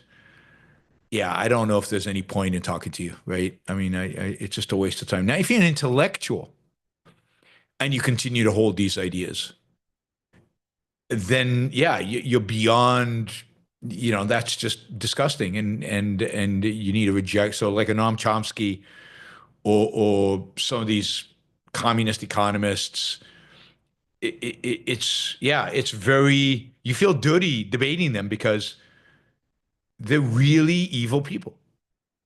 And you can make that determination based on the fact that their commitment as intellectuals is to learn. It's to study. It's to know. Facts are staring them in the face and they're ignoring them. They're evading them. So their evil is unequivocal, right? So I think it really goes down to age and exposure. Somebody's older, but they've never gone to school and they've never really read books, and they're just the guy or gal who's, working for a living, and they've never really delved into any of these topics, and they're still a communist because, I don't know. I'm much more tolerant of that than I would be of some smart kid from, who's gone to Yale or Harvard and now is still a communist. You're hopeless if you are. That makes sense? Gotcha. Yeah, that makes sense. Yeah. So like kids that at my school that like I could be, it's like not to debate them really on communism or not at all. Whatever. Not at all. And it's good for you. I mean, it's sharpen your own ability to debate. You might convert one or two of them. So it's definitely worthwhile doing. But it's your professors that you need to judge more harshly, right? Yeah, 100%. Thanks. Thanks, Holden. Okay, Jacob. Question for you on energy levels for people. So when I was younger, going into college, I was diagnosed with ADHD, and I took that for like 4 years, ended up being just a deep depression, got out of it. But I remember back when I needed to study or needed to do work, the hyper focus and hyper energy levels I had when on the medication. And I've been trying over the past 2-3 years to get that, clean up my diet, cut down alcohol by 80% to not let it. But in a rational world, would the mind altering substances be more common, or what do you think is the rationale? Or yeah, I'll leave it there and then let you go for it. It's really hard to tell, and it is a medical question at the end, which I don't think I'm qualified really to answer. I mean, I suspect that a lot of the ADHD stuff is being diagnosed out of the laziness of teachers and parents who don't want to deal with hyperactive kids. I mean, my mom basically said if I'd been born 10, 20 years later, she would have put me on drugs, right? Because I was too much, it was hard to handle me. I was too much energy, right? Now, not to say that there isn't such a thing as ADHD that makes it impossible for you to focus, and therefore you do need drugs in order to allow you to focus. But I think it's overdiagnosed because they don't want to deal with the hyper energy that a lot of us have as kids and is healthy, and that our school system is not built to deal with. And we should think about how schools could be better designed and curriculum be better designed to deal with kids who have a lot of energy. So my question was more geared towards adults and jobs. So if I have a new initiative coming in and I want to hyper perform, do you think in a rational world that there would be, hey, for 3 weeks, you're going to take ADHD or Ritalin or whatever the medication is at a small dosage. That way you can perform for 14 hours a day and really excel. Then you can taper back on and off or stuff like that. How would you think that would evolve in a free market and a healthier society? I think in a healthier society, in a free world, I think we could use drugs like that. But we'd have to know a lot more about the effects of the drugs, a lot more about the effects of them short-term and long-term. You wouldn't want to sacrifice your long-term health for getting a short-term boost to your energy. But yeah, it goes back to Holden's question about transhumanism. Yeah. I don't have a problem if you could show me the science that something really enhances my performance and it doesn't have long-term negative consequences, to use something that enhances my performance if it doesn't have those consequences. So I don't consider that cheating to take something that makes whatever I do better. I just worry today that we just don't know enough about these drugs because we don't know enough about the human brain.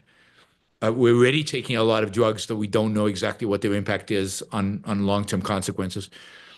So I don't think it would be a problem if you had the kind of information and knowledge that would be required to make that trade-off between the short term and the long term.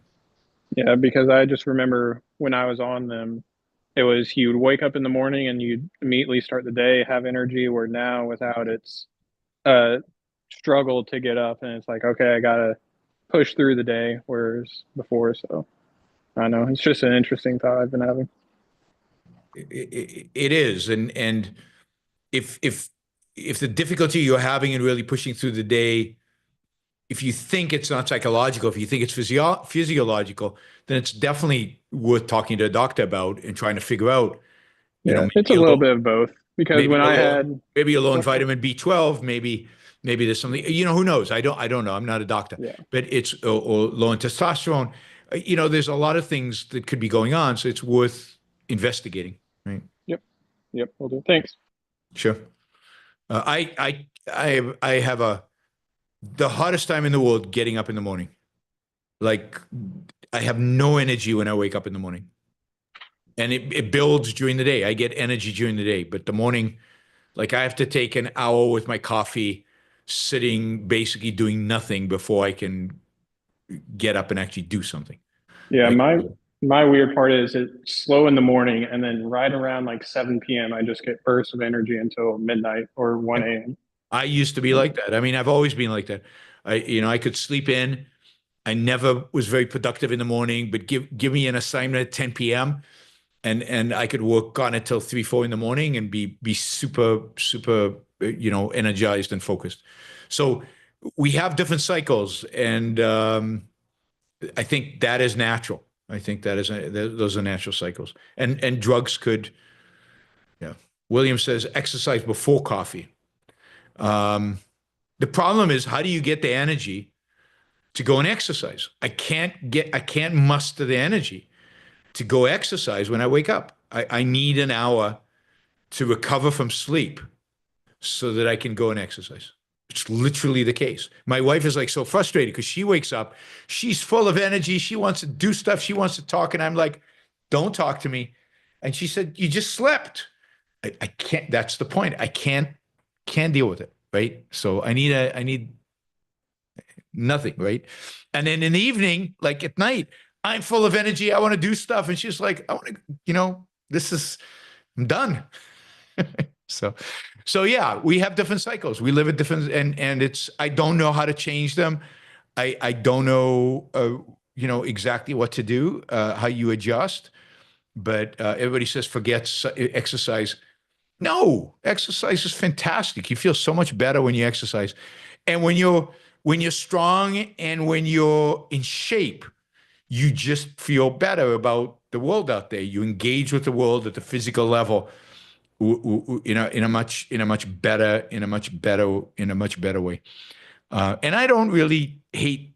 I mean, I hate to exercise while I'm doing it. That's why I have a personal trainer who forces me to do it. Force is good sometimes, but I'm kidding. But it's I don't mind exercising. I kind of enjoy it. Alejandro. Hello. So my question was on kind of there's a distinction between, let's say, laws inside the country and outside the country. And I was thinking, for example, I think you're in favor of using like enhanced interrogation on terrorists if we capture them. But what happens if we get like there's a terrorist attack in the U.S. maybe in a minute, and it's not foreign terrorists, but they're domestic terrorists? Like, are we allowed to use enhanced interrogation there? And then what changes? Like, is it like when it's a domestic terrorist, it's like our lives are less valuable, so the government can't do everything as strict. Whereas foreign terrorists, it's not like that. I mean, I'm just wondering, like, how you distinguish between the two.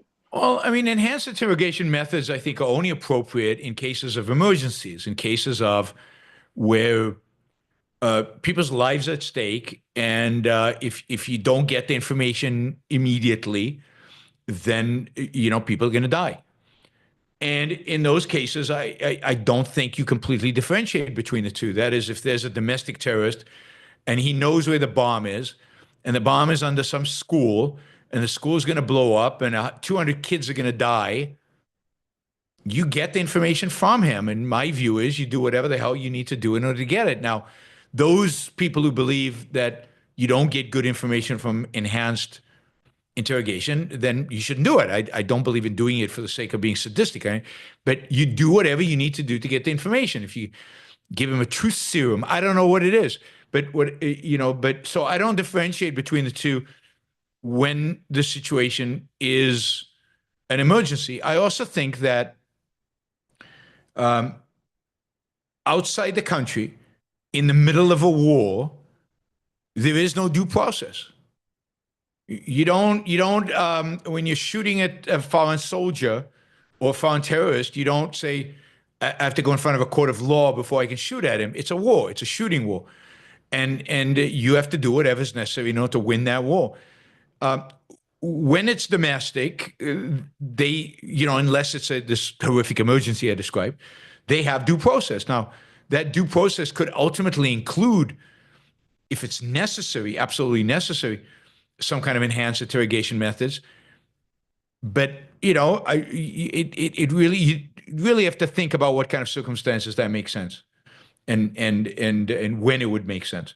If somebody is a terrorist, they're blowing up buildings, they're killing people, they have no right to life. And, whatever you do to them is legit. It's a question of, is it effective? And it's a question of, if they're domestic, have I followed the law? And the law should explicitly say when it's okay to use these kind of methods, call them. And so, but I guess you wouldn't say, for example, like if someone took one of our soldiers hostage in like Iraq, we'd be allowed to use enhanced interrogation maybe. But if that happened in the US, like that wouldn't rise to that level, right? Because there's maybe due process or something like that. Is that kind of the standard? Yeah, I mean, it depends it depends on the magnitude and the urgency of the urgency, right? And even if it's urgent, some due process that we know this guy really is a terrorist and he really has this information before I try to get it out of him. What is our level of knowledge of this? And then how urgent is the situation and how dire is the situation? That is, what's at stake? All those things would have to be taken into account, and there'd have to be special, courts, special tribunals, special ways in which to deal with this, given the nature of this as an emergency and given the nature of it as violence is being inflicted and is on a continuing basis. It's not just a one-off. You have to really think it through and come up with a legal theory of how to do this. I'm not saying I've thought it all through exactly how you would do it. You need a legal scholar to really do that. I'm just giving the principles, I think. All right, thanks, Alejandro. Frank says we exercise because of all the crap we eat. That's not true. We exercise because as you age, you lose muscle. And if you don't exercise, it doesn't matter what you eat, as you age, you lose muscle. So even if you eat the best diet in the world, you will lose muscle as you age. And you have to exercise or engage in physical activity that builds muscle. Go run, chase down some buffalo, or take a plow and go, work the land. But you have to do something physical to keep muscle from atrophying. But the reality is that past the age of 40, your muscle start atrophying. And that is really, really, really bad. That is a really, really bad phenomenon. And you will suffer dearly as you age if you allow it to happen. So it's worth, and I've seen it, it's worth investing the time on building that muscle up so that it doesn't atrophy. And one of the muscles that atrophies can be your heart. So that's why you also need to do cardio, because you need to beef up that muscle called the heart. And maybe the cardio is only high intensity interval training. That's fine. But you got to do something. Otherwise, the heart will lose. I mean, your muscles will lose volume and lose strength. And you will get to the age of 60, 70 and be frail. And that means you fall, your bones break more easily. You can't keep your balance because you haven't built the muscles up. And it's the cost of exercise is nothing. It's nothing as compared to the cost of suffering a weak old age. Now, you know, the older I've gotten, the more I know people who are old. You know, when you're young, you don't know people who are old, grandparents, but they're like distant. You don't really think about them. But suddenly your parents are really, really old, and suddenly some of your friends are really, really old, and you can see it, and you can see how frail they become. And if they haven't taken care of themselves, not just about eating, but in terms of building up at least some reservoir of muscle, some reservoir of good heart, the suffering they go through is just, it's not worth it. The time I spend exercising is trivial in comparison to what I hope will be the benefits as I grow older. And you could argue that I'm doing pretty well at 60, almost 64, maybe because of that, partially because I'm fairly strong and I'm fairly in good shape. All right, Andrew. All right. Good message on mind-body harmony there. Frank, exercise doesn't mean running marathons. Like, you have to adjust your exercise to your needs. Running marathons is probably not good for you. It'll ruin your knees, it'll ruin your joints, it'll do all that. So think about what kind of exercise is good for you. So like everything else, just like with food, you have to figure out what the appropriate diet is. You have to figure out at a given age, and you given your goals, what are the right exercises to do? Don't run marathons. I mean, don't run a lot. Don't run. I mean, I'm against running, because running, particularly running out in the street, even if you're young, pounds your back, pounds your knees, pounds all your joints, and it's not good for you. So, but if you can do like a high intensity on a bike or high intensity on an elliptical or something like that. I do ellipticals because I've got a bad back, maybe from the running I did when I was young, and it's fine. It doesn't do damage to my back, and if I do it right, it doesn't do damage to my knees. Swimming is very good. Swimming is really good for you. So swimming is great for cardio, and it also builds particularly upper body strength. You should think about how you doing something to build lower body strength as well, because your legs are really, really important. They keep you upright. Andrew. All right. On an unrelated note, I wanted to just get your reaction to this formulation I've been thinking of in regard to is ought. And I haven't read Leonard Peikoff's essay on the analytic synthetic dichotomy in a long time, but so I'm not sure if he covers this angle, but I was thinking that, like, if you don't think you can get an ought from an is, it seems to me that you're missing something in the terms of volition. In this sense, you have to answer, like, do I want to live, right? Like, as a precondition to morality, do I want to live? And then you also have to conclude properly that your life is your purpose. If you don't have those things answered, if you haven't chosen your life as the standard, then you're gonna not get the connection between is and ought, because you determine the ought by reference to the standard of your life, what is good for your life or what is bad for your life. That's the essence of what I was thinking. I just wanted to get your reaction to it. Yeah, I think that's absolutely right. But of course, you're starting with an objective, rational approach to ethics, which almost nobody does, right?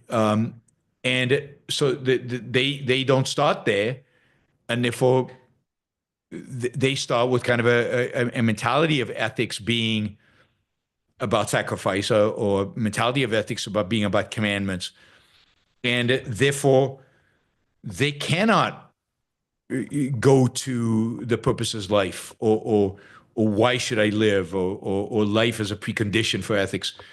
That's not where their mind goes. So yes, can you derive the arts of Christianity from Isis? No, you can't. Right. And you also need to reconceive the whole field of ethics. reconceive of it, and also conceive of it the in terms of connection between starting, is and out. and also conceive of it in terms of starting with your own choice, right? Like, it is a choice. Yes. Yes. Yes, absolutely. Thank you. All right, guys, let's do a few of these super chats. Bobby says, thank you for engaging with the Bentley's Philosophy Club. We loved your insights. I appreciate that. I enjoyed it. That was fun. That was a few days ago. Thank you for the support. Michael says, at what point is looking past someone you love's flaws an appeasement of immorality? Well, it depends what the flaws are. I mean, are the flaws moral flaws? Are the flaws just stuff you don't like, but they're not related to morality? How much does it bug you? How much is it a problem? And what does looking past them mean? Does looking past them mean appeasing them? Does looking past them mean ignoring them? Does looking past them mean so are you if are you gonna find somebody who's flawless in a sense that they never do anything that you don't like? Is that what you're looking for? Then you're gonna be disappointed a lot in life. It depends on the nature of the magnitude of the flaws. Like, you shouldn't tolerate moral flaws. Somebody lies to you. You shouldn't look past that. Okay? So when it reaches morality, don't look past somebody's flaws, someone's immoralities. Doodle Bunny, do Europeans have not have air conditioning because nihilistic environmentalists want them to suffer? No, not as a primary. I'm sure at the margin that's true. That's why electricity prices are high, and electricity prices are high prevents them from buying air conditioning because they don't want to pay the electricity on the air conditioning. But the primary reason they don't have air conditioning, I mean, there are two primary reasons. One is a lot of Europe is in areas where it's cold and where the summers are not that hot. And they've never really considered having air conditioning. I mean, if you live in Sweden, like the 2 days of the year where it gets a little warm, do you need air conditioning for that? And most people decide they don't. So one is a lot of Europe has weather that doesn't really necessitate air conditioning now, or where the value proposition of air conditioning is just small. So yeah, Amsterdam might have a few weeks where you need air conditioning, maybe a couple of months. But do you want to invest in taking your old house and somehow figuring out how to build air conditioning into it for 2 months or 2 weeks of when you need it? And a lot of people make the decision of no. For example, the house I bought in Northern California, in San Jose, California, in 1993 had no air conditioning in it. And well, I rented it first. I rented it. And when I rented it, it had no air conditioning. And a lot of houses in Northern California don't have air conditioning. And then I lived there for a couple of years. And as soon as I bought it, I put in air conditioning because it cost like $3,000 to do, I think, at the time. And yeah, you get 2-3 months where you're going to use the AC. And it's worth it. $3,000 is nothing to have AC for those for those months where you're going to use it. So weather is one reason. The second reason, which dominates in the south of Europe, is poverty. Air conditioning is expensive. The unit's expensive. Installation is expensive. Particularly installation, if you live in an old home, is not easy. And then electricity. Air conditioning uses a lot of electricity. Electricity is expensive, partially because of environmentalists, but partially because these countries are poor. And if you're poor, you don't spend a lot of money on electricity. I grew up in Israel, which is very hot and very humid. We never had, I mean, I left Israel when I was 26. I never lived in an air-conditioned home in my life in Israel. and it was hot. I can't imagine today being in Israel without AC. Now, today, Israel has air conditioning. Almost everybody has air conditioning. Pretty much every home in Israel has air conditioning. Why? Because they got rich, or relatively rich. A lot of Europe is still poor. On a GDP per capita, a lot of Europe is still poor. And particularly areas that are poor, but not that warm, not that hot, it's still marginal for them. So I think the environmentalists keep electricity prices high, right? But I don't think they go directly after the AC, as far as I can tell. Okay, Harper Campbell, thoughts on Zelensky's interview with Ben Shapiro? I haven't seen it yet. I did see Ben's conclusions over it, and I found it ridiculous. I mean, with all due respect to Ben, he suddenly discovered that Russia, they're the bad guys, and Ukraine are okay.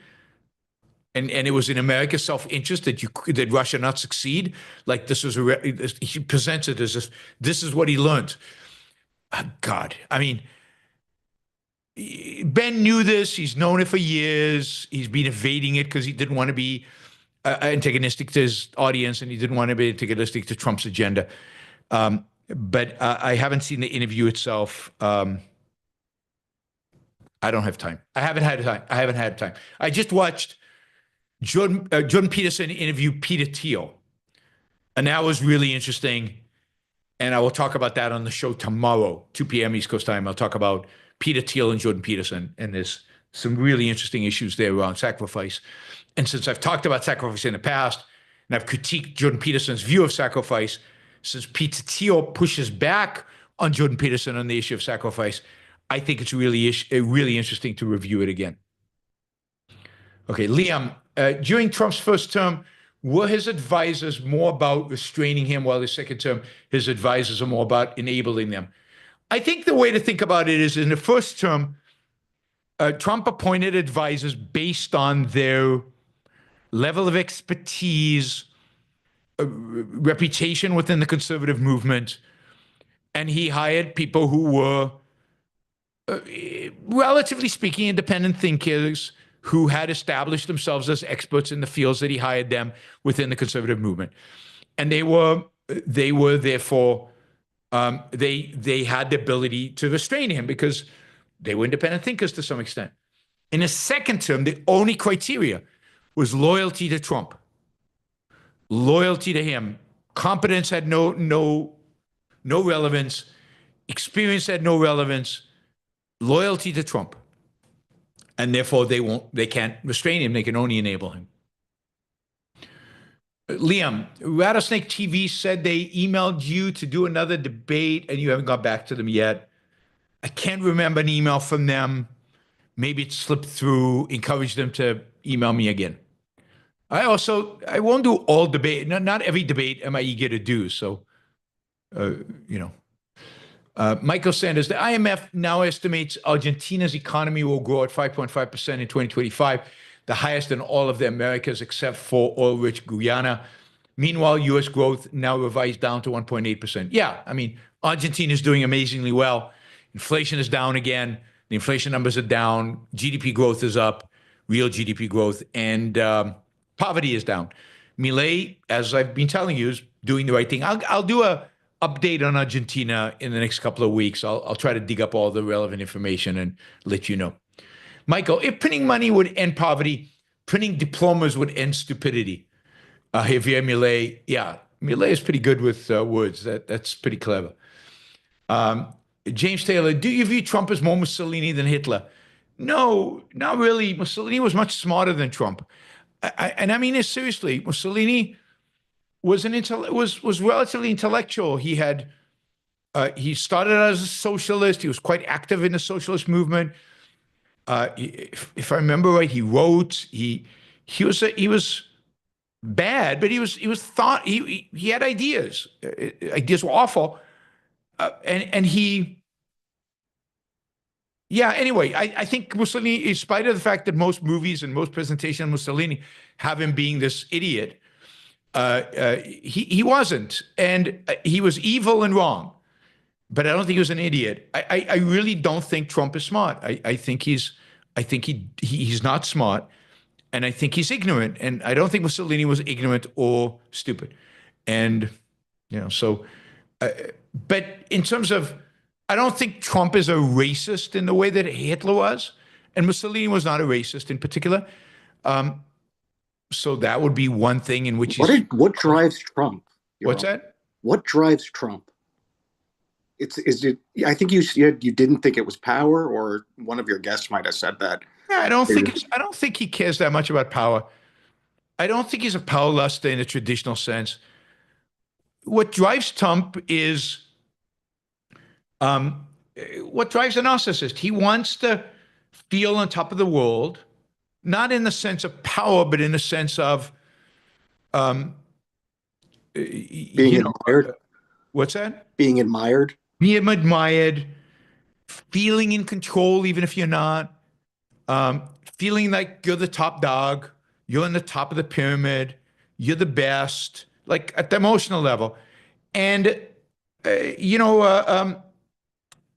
think there is a certain thuggishness to him. So, I mean, there is that aspect of power I think he has, where he enjoys the ability of sending innocent people to El Salvador jail and not really caring about it. He enjoys that, the power he has over that, or pissing off. He likes pissing people off. He enjoys the fact that he can sit there and write something on Twitter and everybody flips out over it, and he's in the cover, top of the news, and the New York Times will write something about it.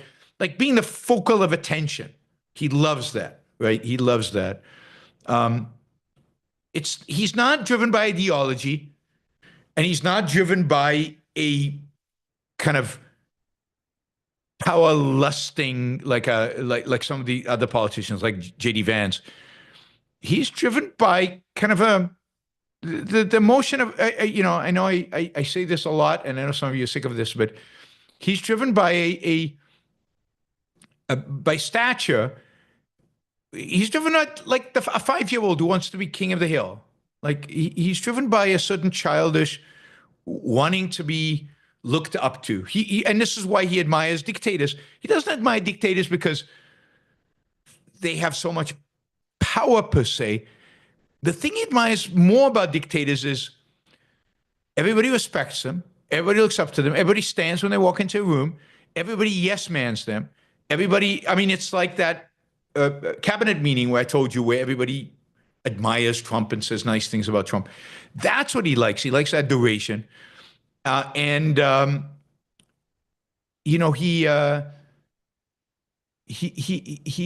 likes being able to do whatever the hell he wants.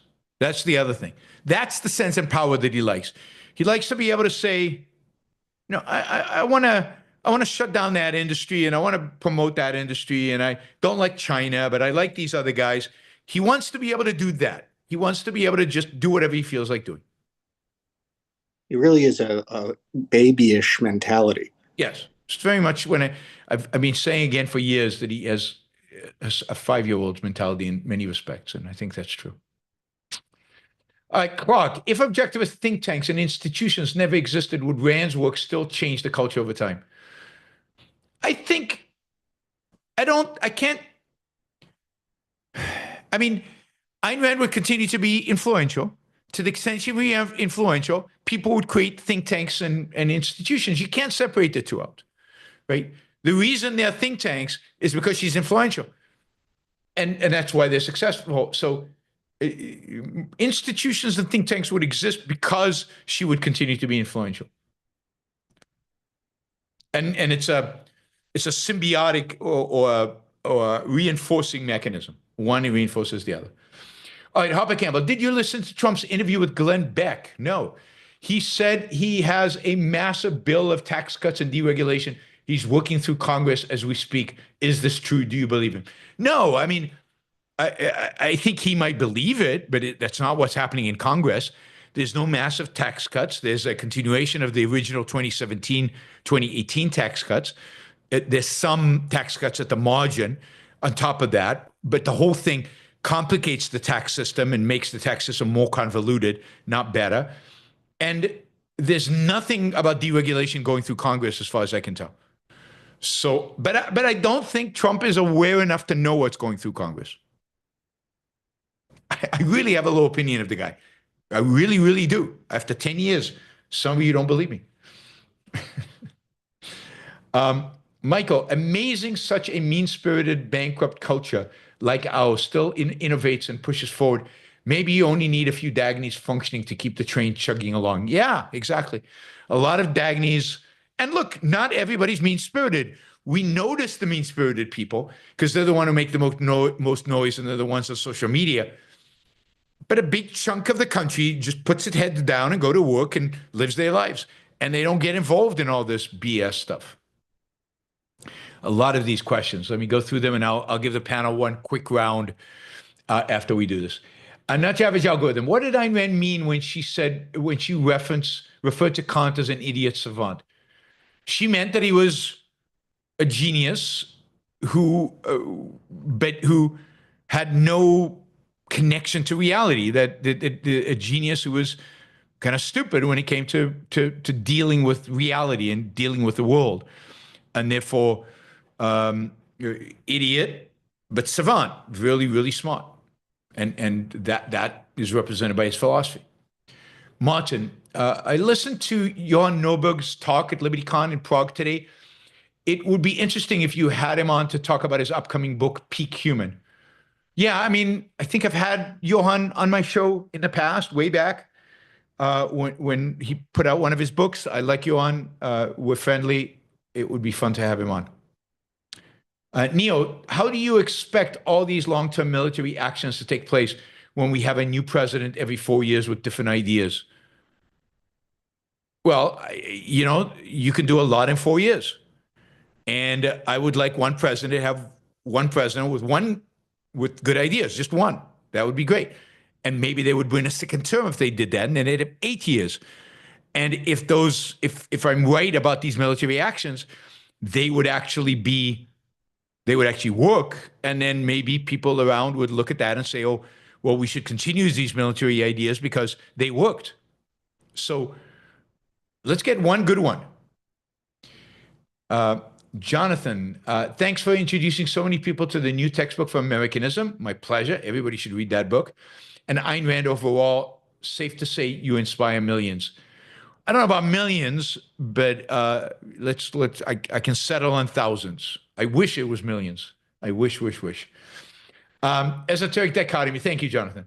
Esoteric dichotomy. Hey, Yaron, should there be movements for communities of objectivist families to move together to create private schools teaching kids, teens reason? Yeah, I do think objectivists need to do that. There are lots of objectivists in Austin. I'm hoping they're sending their kids to good schools. If not, that they're thinking of founding their own schools. Paulo Zeus, I know you know great poker player Annie Duke. Yes. Would you say that men are better at poker in general, though, or not? If so, why? I have no idea. No idea. Annie Duke is better than me at poker by many orders of magnitude. So that seemed to repudiate the case. I know other really good poker players. I mean, Julie, who used to work for me at the Institute, I don't think you wanted to play poker with her. She was really good. She was just good at billiards. She crushed me at billiards. I don't have any reason to believe men are better at poker than women. Yeah, it's a good question to ask Annie Duke. She would have a good perspective on it because she's played with both women and men. So, do you take your own the fact that there's a lot more male poker players than female poker players? Like, how do you factor that in? You don't think that's caused? Men typically are dumber than women in a sense that they're much more eager to go play risky games, probably lose money at. Okay. The cultural reasons. I don't know. I don't know. There could be psychological. It could be differences. You could argue men are more attuned to risky behavior than women, and poker is a risky engagement. Maybe. But can men do probabilities faster in their heads than women? I don't think so. Now, women are discouraged from math and the disincentives from pursuing math. So it could be that men generally are more inclined to do statistics than women. And of course, poker at a high level is a lot of statistics. But I don't know. I don't know that anybody's qualified to make any of those statements. So I certainly wouldn't. James says, I don't mean too eager to be successful in politics. I mean happy. Our philosophy is benevolent and about achieving happiness, and voters today gravitate towards hatred and negativity. That's all absolutely true. And it's hard for us to completely come to grips with how bad people are. Roland says he loves swimming. Swimming's really good for you. I don't like swimming. Let's be clear. I'm a good swimmer. I used to compete in swimming. I don't like swimming. It's boring. It's just unbelievably boring. It's monotonous. It takes a long time to get to the level where you can swim long distances without getting completely out of breath and completely exhausted. And to get to that point is really, really hard. Whereas I can get on the elliptical, I can put on a book. I don't have to think about my form. I don't have to think about how my arms and whether I'm kicking. I don't lose my breath, and I can sprint. I can go slow. I can control all that fairly easily while listening. Swimming, because it's a full body exercise, it takes a while for you to really get up to shape enough to be able to do it for long periods of time. And I find it very, very boring and very hard these days. So I don't do it. I used to love it when I was good at it. I think when you're good at it, it's easy to love something. And when I was young, I used to love the competitive aspects of it. I used to compete in swimming. That was fun. But just to swim back and forth and back and forth and back and forth in a pool, I guess I could listen to a book, but it's not the same because you're so focused on breathing right and the strokes have to be right. I don't know. Maybe I'm overdoing it. I like numbers. China just called tariffs selfish. Care to unpack? Yeah, I mean, I don't know in what context they called it selfish. Yeah, I mean, China's trying to say to America, stop this nonsense, stop playing these games, stop being selfish. They would use. They're not using the term right, but it's all part of their campaign to dissuade America from doing it. Trump keeps saying, "Oh, I'm negotiating with the Chinese. I'm going to be nice. They're going to be nice. We're going to cut a great deal." And the Chinese keep saying, "We're not negotiating. We haven't started negotiating. We don't intend to negotiate until he lowers tariffs dramatically. We're not going to negotiate under the threat of a gun." They're playing tough, and they can be much tougher than Trump can be. Trump is under a lot more pressure than the Chinese are. So they're going to use words like, they're going to accuse Trump of all kinds of things in order to try to get their way. All right, let's do a lightning round with our panel. So please make your questions or comments really short, and we'll try to go through everybody. I'll just go off the list I have up there. Holden, you go first. Can I go second or something? Sure, John. No question. All right, Emlyn. So, Yaron, you talked about your nuclear weapons for countries like South Korea, Japan. I would add Canada to that list. I think we should have them. And maybe this 51st state bullshit would be addressed in a very different way then. Yeah, I definitely think Canada should have. I don't see any downside to Canada having nuclear weapons. I don't know that it changes Trump's BS, but yes, it's. I think basically every stable free country. I mean, one has to question whether the United States should have them at this point. But every stable free country should probably have nukes, and they should all work together to prevent unstable, unfree countries from getting any nukes. Yeah, agreed. Thanks. Yep. Alejandro? Let's see. Should men pay for dates, or should it be like 50-50? What are your thoughts? I think what you should do, what you think would maximize the probability of getting a second date. That is, I don't think you should do anything that would jeopardize the possibility, if you like the goal, of getting a second date. So I think in the culture in which we live, it's still expected that the man pay for a date. Therefore, you should do it. Maybe in San Francisco it's not. Then you shouldn't do it. I don't think there's a fast and hard rule here. I think you should. I mean, my wife likes to remind me that when we started dating, I had no money. I mean, I was living off of a army salary, which was nothing, and I kind of refused to take money from my parents. And I think she would almost always pay when we went out. We didn't go out anywhere fancy, but she would always pay for wherever we did go out when we were dating for the first time. It's whatever works, right? Whatever works in the social context in which you're doing it. I don't think there's any kind of rule here. And you guys know much better about what works today, given, I guess, the dynamics of dating. Dating is something I haven't done in many decades. Right. All right. Holden. All right, so I'll ask, do you like how concerned do you think we should be about the Russia sympathizing going on? And like and I know it's a huge deal, but do you think it could get better with intellectuals like Ben Shapiro somewhat being or like you could tell he's trying to like concede to his audience, right? By not taking a strong moral position like he should. Yep. But do you think that there's hope that there's going to be more support for Ukraine? Yeah, I mean, any resistance, even as weak as I think Ben Shapiro's resistance is good.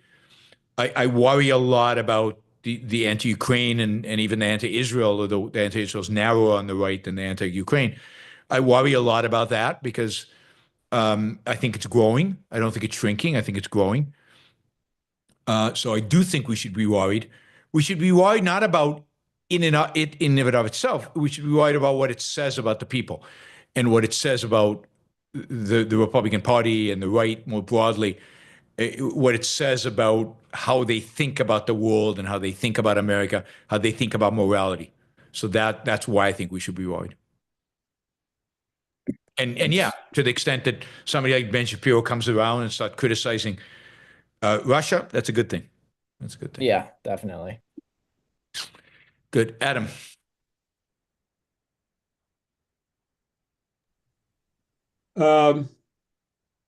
I think that we overestimate the ability of good parents to pay for private schools. There are many parents who can't afford full-time full-time private schools, and don't have any alternative other than sending their kids to the government schools. However, there are two things that one can do. The first one, and I think it's the more powerful one and quicker, is to get on a school board and get the government schools under your board to adopt good curricula. I've done it. I've been on a school board. I found that in a 9-person school board, I was the only one concerned about the curriculum. The rest of the school board members were lawyers and accountants and not really interested in philosophy of education. Yep. So that's a very powerful thing to do. Yep. Agree.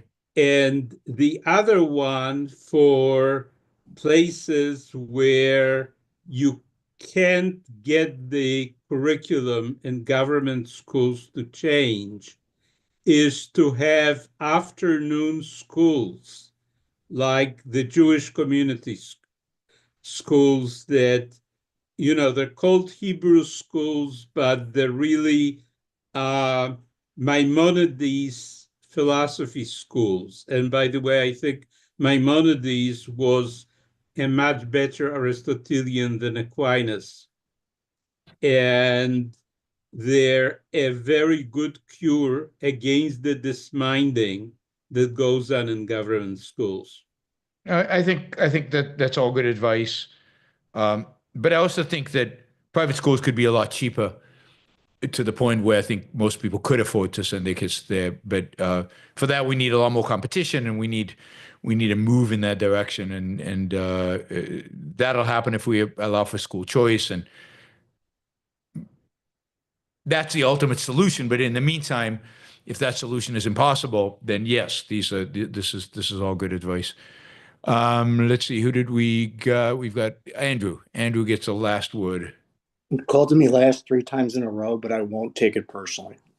So You're the last one to join the call.